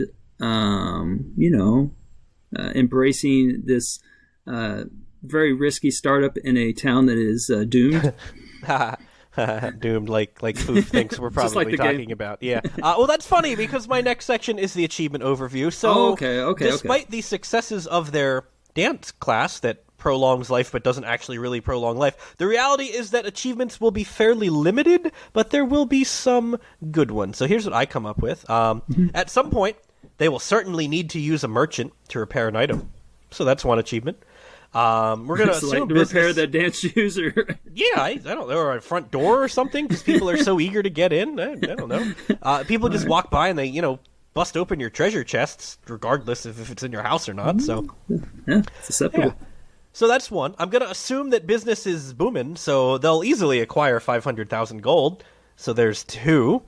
They can, very likely craft 5 and 100 items with this income. So now we're up to 4. So that's it, actually. That leaves them with 80 gamer score and 4 achievements. Though if the town does get saved, some merchants and artisans will return to town, get it, hustling and bustling again. They might encounter some gems. So there's 2 more achievements for 40 points, one for socketing a gem and one for combining 2 gems. So at most, we're talking 6 achievements for 120 gamer score for these Zumba kids. Wow, that's not very good at all. No, it's really not. Any chance that a couple of them, become apprentices to some of the more some of the adventurers in town, and that they would eventually grow up? Because there's old people in the city, in the town. Dance class. That's all they do. If you guys know the episode of SpongeBob where he clears everything from his mind except fine dining and breathing, that's these kids. All they have is Zumba and the Ethiopian slide and the Asian python and the black mamba. I don't know what any of these things are. Brazilian jiu-jitsu, right? That's all they know. Dance, and more dance. All right. But cool. Yeah, my final verdict basically, I wouldn't play, and I haven't named the game yet. So the name of the game I'm coming up with is Diablo 3: A Day in the Life of a New Tristram Zumba Instructor Edition. That's very catchy. I thought so, yeah. So I hope that me not naming it until the end didn't build up any like false expectations. I wasn't going for anything fancy. This is just building suspense. What's he going to call this game? Because again, for you new people, I just punched myself in the head. Ouch! I don't know if you heard that. Ow. We come up with names for our games. But no, this sounds awful. The game and what would the gameplay even be? I didn't even talk about that. Is this a management game? Are you managing the dance shop? Is it just a Zumba game on Connect with like terrified citizens instead of like fit people in yoga pants and sports bras? Like what is it? Is it still a hack and slash somehow? You hack and slash the dance moves? Either way, it sounds awful. And also the game is actually called Diablo Movin' and Groovin' because you didn't really think I would go with something so awful and predictable, did you? Diablo moving and grooving. That is awesome. That's all I got. No, this game, it would not work out very well. Your kids are dead, but then they'll get revived, and then they'll be dance instructors, and then they'll be rich. So that's the American dream right there, man. Death and then wealth. Wow. I mean, I just never really thought of it that way. Yep, you gotta die to become rich. That's how it works. All right. Well, fantastic. Well, that sounds that game sounds a bit creepy, but I creepy because there's a bunch of like old people watching kids dance. But okay, whatever. Well, I was gonna say it's no more creepy than actually playing Zumba Kids as a 40-year-old that doesn't have kids who dances alone in their house watching little children on their screen dancing. Answer this question. Nothing creepy about that, especially since a lot of them are kind of doing dances that are not exactly G-rated. So, yeah. Do you have pants on while you watch these dances? I do. You're in the clear. Okay, I'm good. Yeah, you're good. All You're good. Whew, okay. So you had me a little worried there. Gonna have to, file a mandated report thing. But in fairness, I would occasionally drag Kelly into the room just so I would feel like nothing weird was going on. So, I'm like, hey, look at me, I'm just dancing, and there's kids on the TV, and she's just like, that looks terrible, and I'm like, yep, it is. So, all right, so mine. I can picture that. That's fantastic. Yeah, Carry on. Sorry. Okay, yeah. So, my wonderful game is called Diablo Dance Party. Not to be confused with Diablo Movin' and Groovin'. Yeah, for sure. And so, mine is basically some whimsical songs that have the heroes from Diablo dancing to it. So, let me tell you about the Chivos here. So, on the front end, I got to tell you about them. So there's only 6 of them that are skill based. So you can get an achievement for getting 5 stars on one song, earning stickers and buttons for doing 5 stars on all songs, and then there's one for unlocking all bonus content, which you do for doing the same. And then there's the infamous unlock all Chivos Chivo. So that is 350 points. So you have to basically 5-star every song if you want 350 points. So that's the main challenge.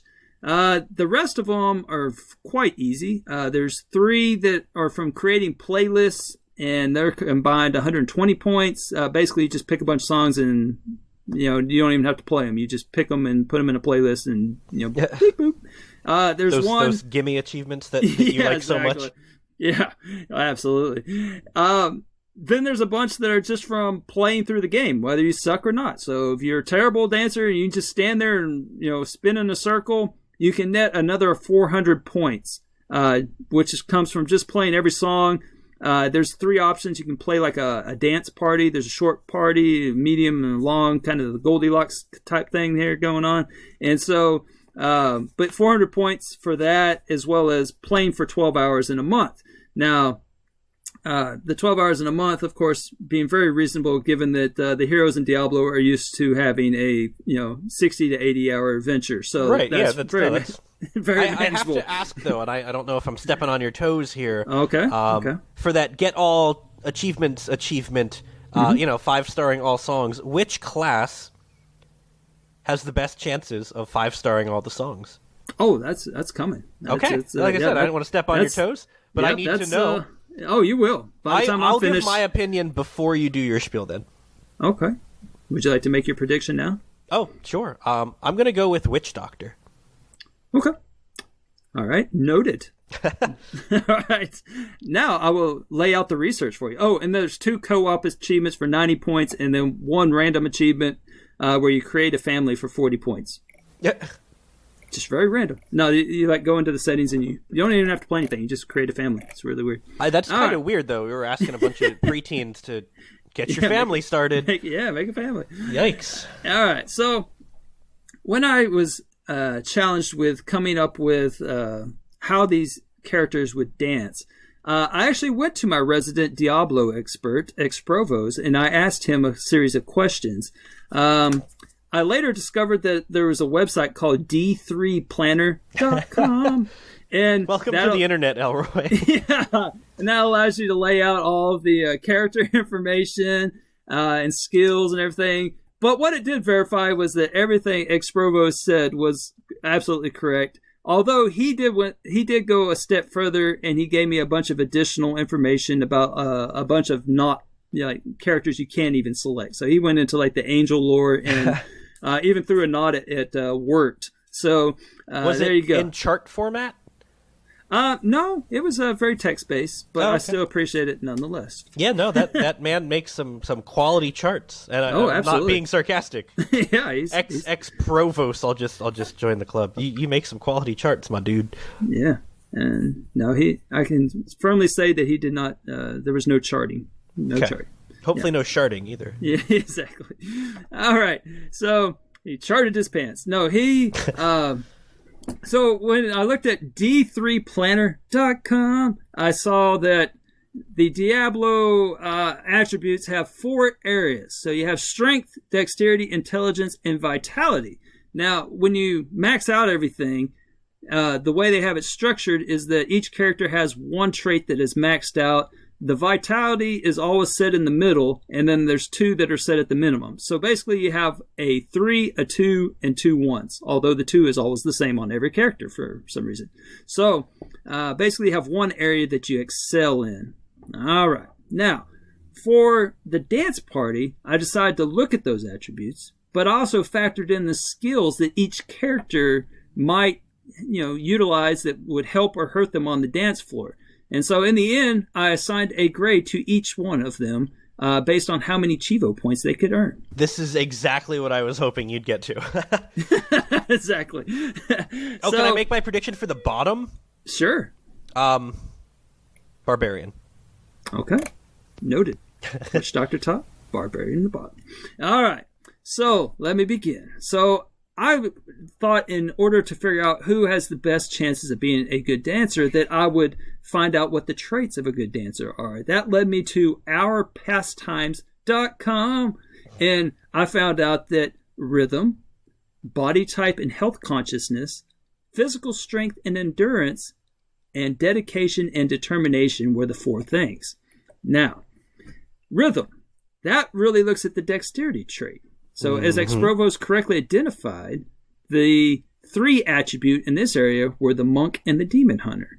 So a special nod also to Exprovos, who said that Imperious would definitely be among the most dexterous. Wait a minute, I meant demon hunter. What did I say, witch doctor? You said witch doctor. Is that even a class? It is a class. Oh my god, no, I meant demon hunter with the dual crossbows. 100%. I play as a necromancer, so I forgive. No, I straight up meant demon hunter with the 2 crossbows. They're very dexterous. Sorry. Hang on, should I get the pen out and change that? Yes, please do. I feel like an idiot now. Hold on. All right. Is Witch Doctor actually a class? Okay. It's got our... You guys obviously can't see, but he actually is scribbling something down. All right, there you go. Man, okay, that's noted. embarrassing. Yeah, that's okay. Maybe Koosh will help you out in the editing. And, no, leave my shame. And you'd be like, shame. It'd be like, I think that the Demon Hunter is going to be the best. No, I was like, I could picture the class. As soon as you said Demon Hunter, I'm like, oh crap, I messed up. Well, they all kind of run together, killing things, doctor this, hunting that. I mean, who knows? The hordes of undead, right? Yeah, for sure. Okay. All right. Any other corrections I should know? No, Barbarian still at the bottom, and Demon Hunter with the crossbows and the high dexterity at the top. Okay. Now, where was it? Okay, body type. So, the body type, this is a problem area for the Barbarian. So, with big muscles come big responsibility, but this also tends to lead to hampered flexibility. And don't know that he took part in the Zumba fitness club that was coming to his town, or if he does yoga or anything, but chances are flexibility is a little compromised, which is the key when moving between a lot of the dance moves that you will see in Zumba kids. So body type's really working against the Barbarian. Strength and endurance. Now, strength really isn't required for the Zumba Kids world. It's not breakdancing. It's basically just... That's all core right there, man. Yeah, it's just jumping around side to side doing the California grab ass. Now, endurance, however, is important. And the attribute for that is vitality, because you have to be able to dance for a while, and everyone is the same in that area. So that one we can just throw out because everyone's the same in that area, and strength is really not a factor. So I guess strength being a non-factor works against the Barbarian yet again. This is looking good for your predictions. All right. And then lastly, dedication and determination. Given that the adventure that they embarked upon before arriving in the Zumba Kids world, I think that they all are plenty determined and dedicated for the challenge that is Zumba Kids. All right. Now, with that said, I had to take a look at the spells. So here you go. Yes. So the spells. I just had a few random comments on a couple of the spells that they have. So let me start with the Witch Doctor, your favorite character. With the Witch Doctor working in his favor, or I guess the Witch Doctor, is that default female? I don't remember. I think no. Witch Doctor is a guy because he's running around topless. So I think you can choose both genders for all classes. Right, but the ones that they when you initially scroll through. Yeah, gotcha. So I think the Witch Doctor is male. So I will use the tag he, although it could be she. So we'll see. But anyway, so he has the co-op achievements under control. He can summon zombie dogs, which would be handy if one of the songs was Who Let the Dogs Out. However, that is not one of the songs on Zumba Kids, so that's kind of a letdown. He can also summon like huge zombies, a pool of piranhas. Not that that's going to help unless he's dancing the Baby Shark or something. I was going to make that exact joke. Toads, spiders, etc., etc. But anyway, he can summon all kinds of crap. So the co-op achievements should work well for him. And then he has Soul Harvest, which takes the life force from other dancers on the floor. But the other dancers are not graded, and there's no advantage to compromising the dancers around you. That won't help you get to any of the achievements. It's not a dance battle or anything like that. So there you go. That's just kind of an overview of him. Now the Demon Hunter. Demon Hunter basically just throws a bunch of crap at people. She can throw traps on the ground, turrets, and all kinds of stuff. So, but again, it's not a competitive dance. Now, a special nod would be... He shoots crossbows really fast from both hands, which doesn't even make any sense. But it's really not helpful unless you're trying to kill the other dancers, which are trying to make you look better. So, again, working against her. Now, the smoke screen ability... I thought that would be cool if it was a laser disco. However, the Zumba Kids is not, there's no smoke or anything like that. And then the vault skill might be a game changer. It allows you to tumble acrobatically for 35 yards. Right? So 35 yards might be a little too far from a dance floor. But maybe you can go 17 one direction and 17 the other, and then maybe 1 foot back the other way. I don't know. You can do like a horseshoe too. True, yeah. Get some flair going on. Yeah, you could do sets of 7. Go 7-1, 7 the other to make 5 laps. I'm not sure. There's a lot of laps in Zumba Kids, so you're going to go a lot of side to side. Yeah, that vault has a lot of potential. Yeah, that's a good skill for the not witch doctor demon hunter. Right. And then lastly, the only thing that the demon hunter summons is a raven, which would be cool if it was Surfing Bird, but that's not one of the songs, and it really wouldn't help with the co-op otherwise, because I think the raven would be too small to track on the Kinect. So I mean, it works with a rhino. Why not a raven? Right, that rhino's pretty sizable. Yeah, that rhino has to be like super buff at this point. Ravens are kind of large too, though. They're really large birds, so I may have to rethink something at the end there. All right, Barbarian has Ground Stomp, which stuns other dancers. Again, not helpful. Furious Charge, which allows them to move quickly to one spot. So that's about the only skill that he has that's working in his favor. He has a War Cry, which would be cool for style points, but there's no sing-along points in Zumba Kids. Does War Cry sound a lot like... yeah, which is thrust-crotching. Oh, I thought you were talking about that one game Wakapeil played. Not Power Thirst, but yeah. Yeah, Bear Blasting and all that. No. Gamer gummies. Whatever it is, it's not getting him any extra points. It has Call of the Ancients, which summons a bunch of ancient barbarians. They're probably old and useless, like Biden himself. There you go. I made the Trump parody joke. You make the Biden joke. Well done. Yeah, man. Thank you. And so probably, these old ancient barbarians are probably not going to do much in the terms of helping him with the co-op. So, but we'll get more on that in a second.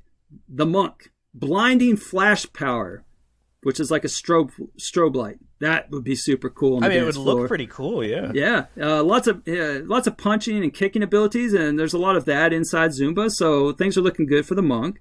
He's very limber. He has the Breath of Heaven power. So in the event that he gets a little gassed on the dance floor, he can heal himself. He also has the 7-sided strike, which is 7 quick hits and 7 quick moves, maybe. So, like, if there's some quick moves that need to be done, just execute the 7-sided strike and bam, bam, bam. Tracking perfect. So, a lot working for the Monk here.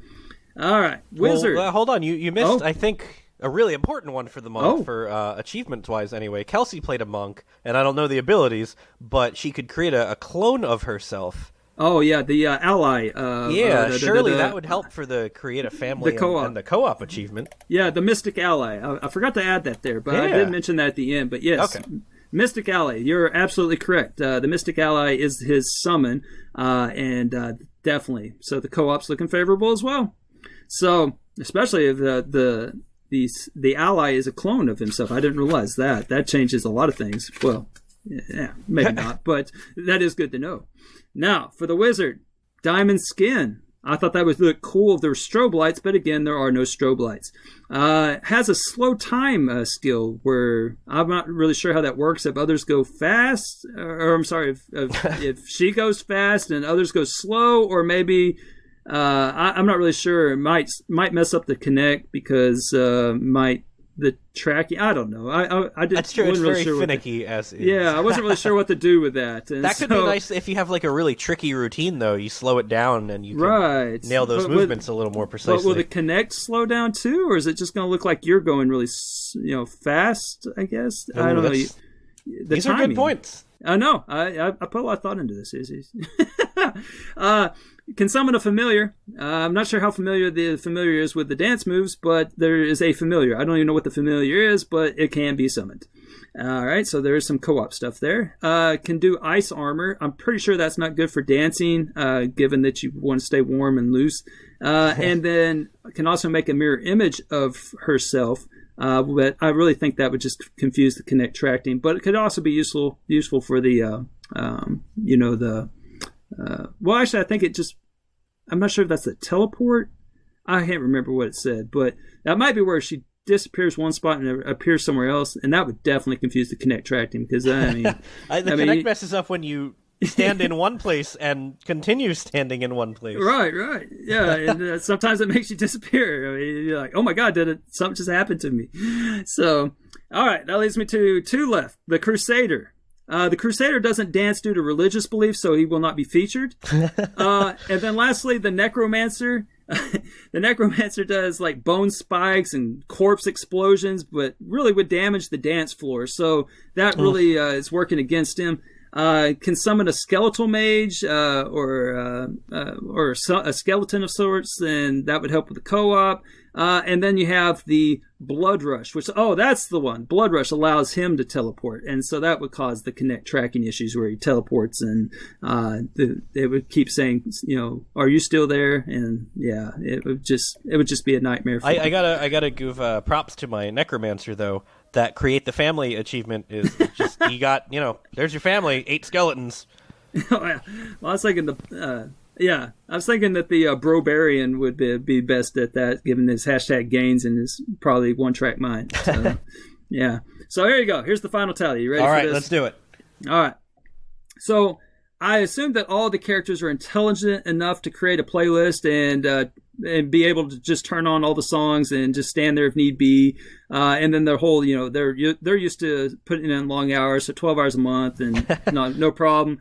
Doing all the parties as well, and basically all the really easy ones, making a family, especially for Barbarian.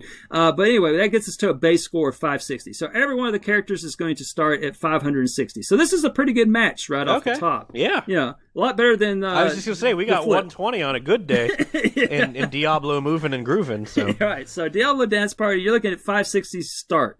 Now, we're going to get even closer to the Gentleman 720. Don't worry. Ooh. So let's see how the 440 I'm all tingly shake in all the right places. All right. There's a good quote for you, Rocker.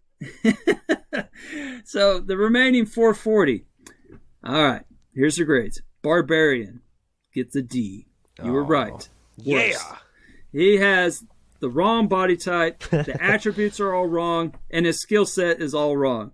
He can, you can't summon anything useful, but fortunately, that there is a co-op achievement for playing with someone, regardless if they're just as bad as he is. So, no sing-alongs, et cetera, but basically picks up the additional co-op achievement of 40 points just for having someone stand there next to him, and so he gets 600. Okay, that's respectable. Yeah. The Wizard, the Witch Doctor, and the Necromancer. They all kind of group together for a C. So the C is the attributes are not favorable. So there's no strength or dexterity of any sort. But the benefit of the doubt for the Wizard goes to the slow time attribute that would, probably help her at least get 1 5-star song. But then her physical attributes would make doing every song like that probably doesn't have enough mana to get it done. So yeah, that one probably be the only one that she would pick up.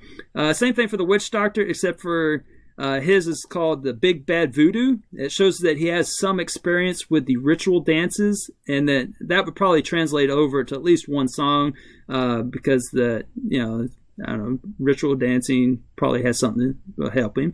And then also the Wizard can summon a familiar, and they all basically can summon something that will just stand there and get the 40 points for Get him. him that co-op achievement. Right, yeah. And so all in all, they just kind of get the job done, and they get the 40 for the co-op, someone standing there, and then the additional 50 for 5-starring a song, but I don't think they're going to get much further than that. So they topped out at 650. Respectable. Yeah. More respectable than 600. I think that's the word I used for 600. Right. So that leads us to the final two. Now, I have an A- for the Demon Hunter. Aww. So she has the dexterity. She has the body. She can do everything skill-related in the game.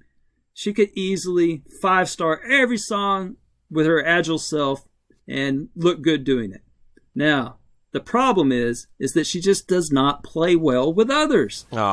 She just throws traps everywhere, throws crap here, throws everything there. Her skill set is pretty useless when it comes to Diablo Dance Party. If the Raven theoretically was able to activate the the tracker, then that would get her all but the 10 stars, because I don't think that Raven's going to get her a 10-star or a 5-star performance. So all in all, it gets them all except for the 10-star, which is worth a whopping 50 points. So 950. I think I will upgrade the Demon Hunter to just an A.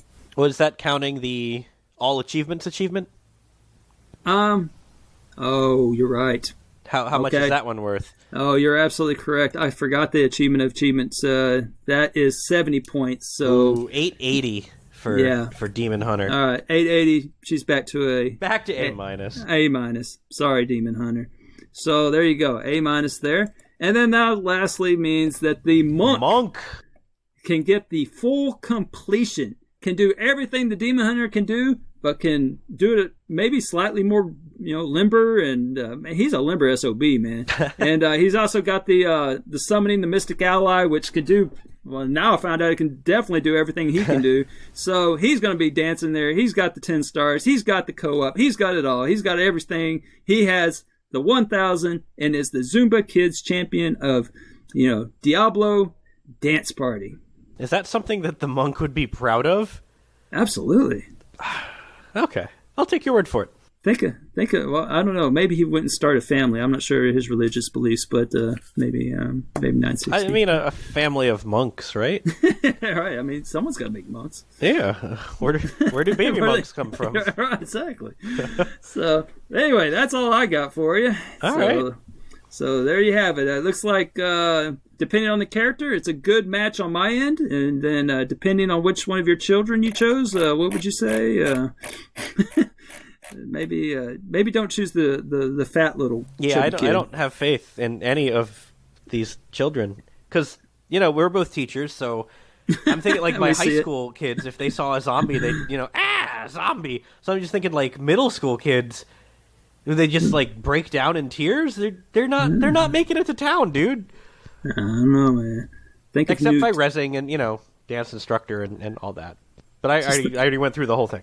Just think of Newt. I mean, they come out at dark mostly. And, she survived longer than everybody on that planet. I have no idea what you're talking about. Exactly. I knew you wouldn't. You don't know movies. What movie is it? I'm sure I've heard of it. The Adventures of Benjamin Button or whatever it's called. Ah, yes, I have heard of it. Okay, fantastic. It's the little girl on the planet, and I don't know anything about it. I've literally heard of the name of the movie. Yeah, her name's Newt, and there you go. Okay. Yeah, Newt. Okay. Yeah. Curious case of Benjamin Button. There you go. I think at this point we should pitch it to the listeners. Would you rather play Diablo Movin' and Groovin' or Diablo Dance Party? Ooh, if we're going to do like a gun to your head, you have to play one of them. Which one are you going to play? I don't know. Some of our listeners are very hard-headed, and they would prove that you could get the full completion in Diablo. I bet you Exprovos could take those 15 kids and get a completion. There you go. Hopefully he accepts that challenge. And he can do a counter to GameSwap 4/5. Yeah. We'll get the authority on this, and we'll find out what is Exprovo's rebuttal to whether or not the Zumba kids have a chance. It's basically, can you beat Diablo 3 playing as the Demon Hunter, but the only skill you have is vault and no weapons. You just vault all over the place. You just run back and forth, right? Can it be some done? hand gestures? Oh man. Well, yeah. I don't know about you, but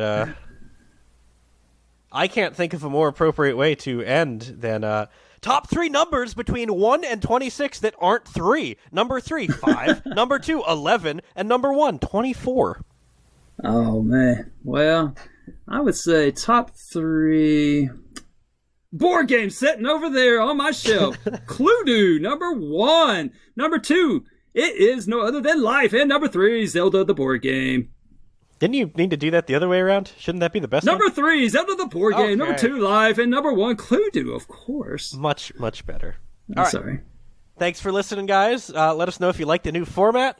If you do, I'm sure we'll do another. If not, then We'll probably still do another, but see you in like 8 months. Yeah, something like that. All right. See y'all. See ya. That was Jeffy, by the way. He misses you all. See ya. I'm a panda.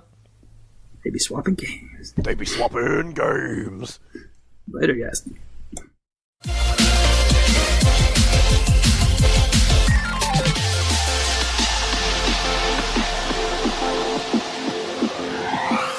Hello everyone, I'm Wakapeil, cycling through TA's leaderboards. If you in 2019 had told me that two of my favorite games I would play in 2020 would be cycling games, I would have been very skeptical. Without Game Pass, I'm unlikely to have played either of them. Lonely Mountains Downhill was a great surprise and surprisingly chill for its crazily overinflated ratio. I also very much enjoyed Descenders, but in this case, the current ratio of 8.8, while inflated, is much more justified. Descenders is a 3D procedurally generated downhill cycling game with a high skill ceiling. It is one of those games with a 200 plus hour estimate on TA, which in theory can be completed in around 10 hours, well, spanned over 16 days due to daily challenges. Skill will get you the completion, but a scoop of luck helps out tremendously. Descenders was originally labeled a roguelike on TA, which I still consider it to be. You start with 4 health, and the harder you crash, the more health you lose. The main campaign has 4 worlds with a hidden 5th. Losing all your health sees you start over from the beginning again unless you fulfilled requirements to open up shortcuts to the other worlds by completing certain objectives on the boss tracks. Boss tracks, being the final stage per world, features increasingly deadly boss jumps. Descenders has a score system which starts from 0 every run, and after reaching certain scores allows you to pick a crew member from a random pool, which gives you modifiers, some of them way better than others. Which ones you want depend on what you're trying to achieve in your run. While you can fulfill the requirements for most achievements in a single run, I highly recommend picking a specific achievement to go for after you figured out how to play the game. Getting score is often risky and will lead to additional crashes. There are also random objectives per level, which will increase your health. These objectives are usually detrimental to your score and health, as they can be risky and hard to pull off, or ask you to complete levels quickly, which will hamper your score. Learning which objectives and stunts to ignore is a very important part of a successful run. You can in fact ignore the entire track if you want. All that matters is that you reach the end of the level. Whether you follow the track or not is entirely up to you. The first 2 boss jumps are in fact skippable, you can just cycle around them. The 3rd and 4th boss jump, however, forces you to complete them as you cannot reach the end of the level without using them. The 3rd boss jump is fairly easy, but the 4th is incredibly difficult, and losing all your health at them will send you back to the very first level again. This can be very demoralizing, as getting to the 4th boss jump can take you around 40 minutes. One of the toughest achievements in the game is for completing the 4 worlds in one run without bailing, which means without crashing even once. What you can do is press the B button to reset you to the nearest checkpoint, without voiding the achievement. You can only do it if you're almost completely still, but it can save you if you've fallen off the tracks or into a pit, as long as you haven't crashed properly. Before attempting a full run, I highly recommend using the track select and input a seed for the Peaks boss jump and practice it, as it is by far the hardest jump you'll have to do in the game. On top of the main 4 worlds, there is also a Career Plus mode with 4 additional worlds. I found Career Plus fairly simple after besting the main campaign, and the first world of Campaign Plus is the desert, which is the best place to earn a high score. Higher scores gives you better odds to unlock rare cosmetics, one of which you'll need for the game's rarest achievement. The dreaded Whoopee cushion must be unlocked to be able to earn the 0-point achievement Pull My Finger. Only 43 of almost 45,000 starters on TA has earned that achievement, and for good reason. It is very luck and skill based. Descenders features around 60 extraordinary items. You need 50,000 points in a run to have a 20% chance of unlocking one. 100,000 points for 40%, 150,000 points for 60%, and so on. After unlocking all other achievements in the game, I had a grand total of 0 extraordinary items. I had a high score slightly over 50,000, but I never got a single extraordinary item. Thankfully, I figured out a method to get 1 to 2 extraordinary items an hour, and I personally lucked out and got the whoopee cushion as my 9th extraordinary item. There is a crew member which improves your balancing going backwards.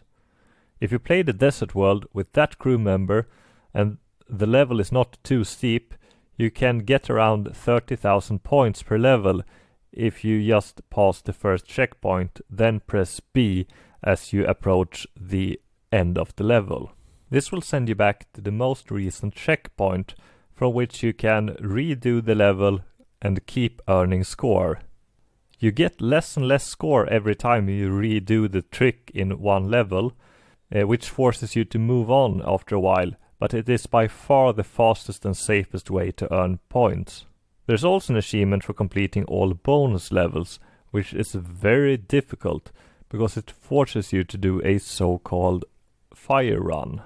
This entails finding the fire track for every world. Then you have to jump through a fire ring on every boss jump. If you lose all your health, you have to start over from the beginning again. There is no shortcut to the 5th and final volcano world. Thankfully, you do not have to complete the bonus worlds in one run, and upon reaching the volcano, the achievement for completing its boss jump unlocks prematurely. You do, however, have to find the bonus level in the volcano without dying, which might be problematic, and once there, the bonus level is not easy. In it, you have to find 5 toys in the Action Hank bedroom. One thing I did not realize is that you can jump way higher if you jump just as you hit the ramps, not at the top of them. I had played more than 30 hours before I learned this. Another thing that is very useful but easy to miss is that if you hold up on the right stick while landing, you can survive higher jumps. I wonder how many hours of game time I would have saved if I had learned these things earlier. To stall the completion even further, there's an achievement for completing 48 daily challenges, of which you can get up to 3 per day, meaning it will take you at least 16 days to complete the game. Descenders is a very tough completion, but a fun one if you can keep your cool after failing yet another 40-minute run going for one of the tougher achievements. Have a nice day, everyone!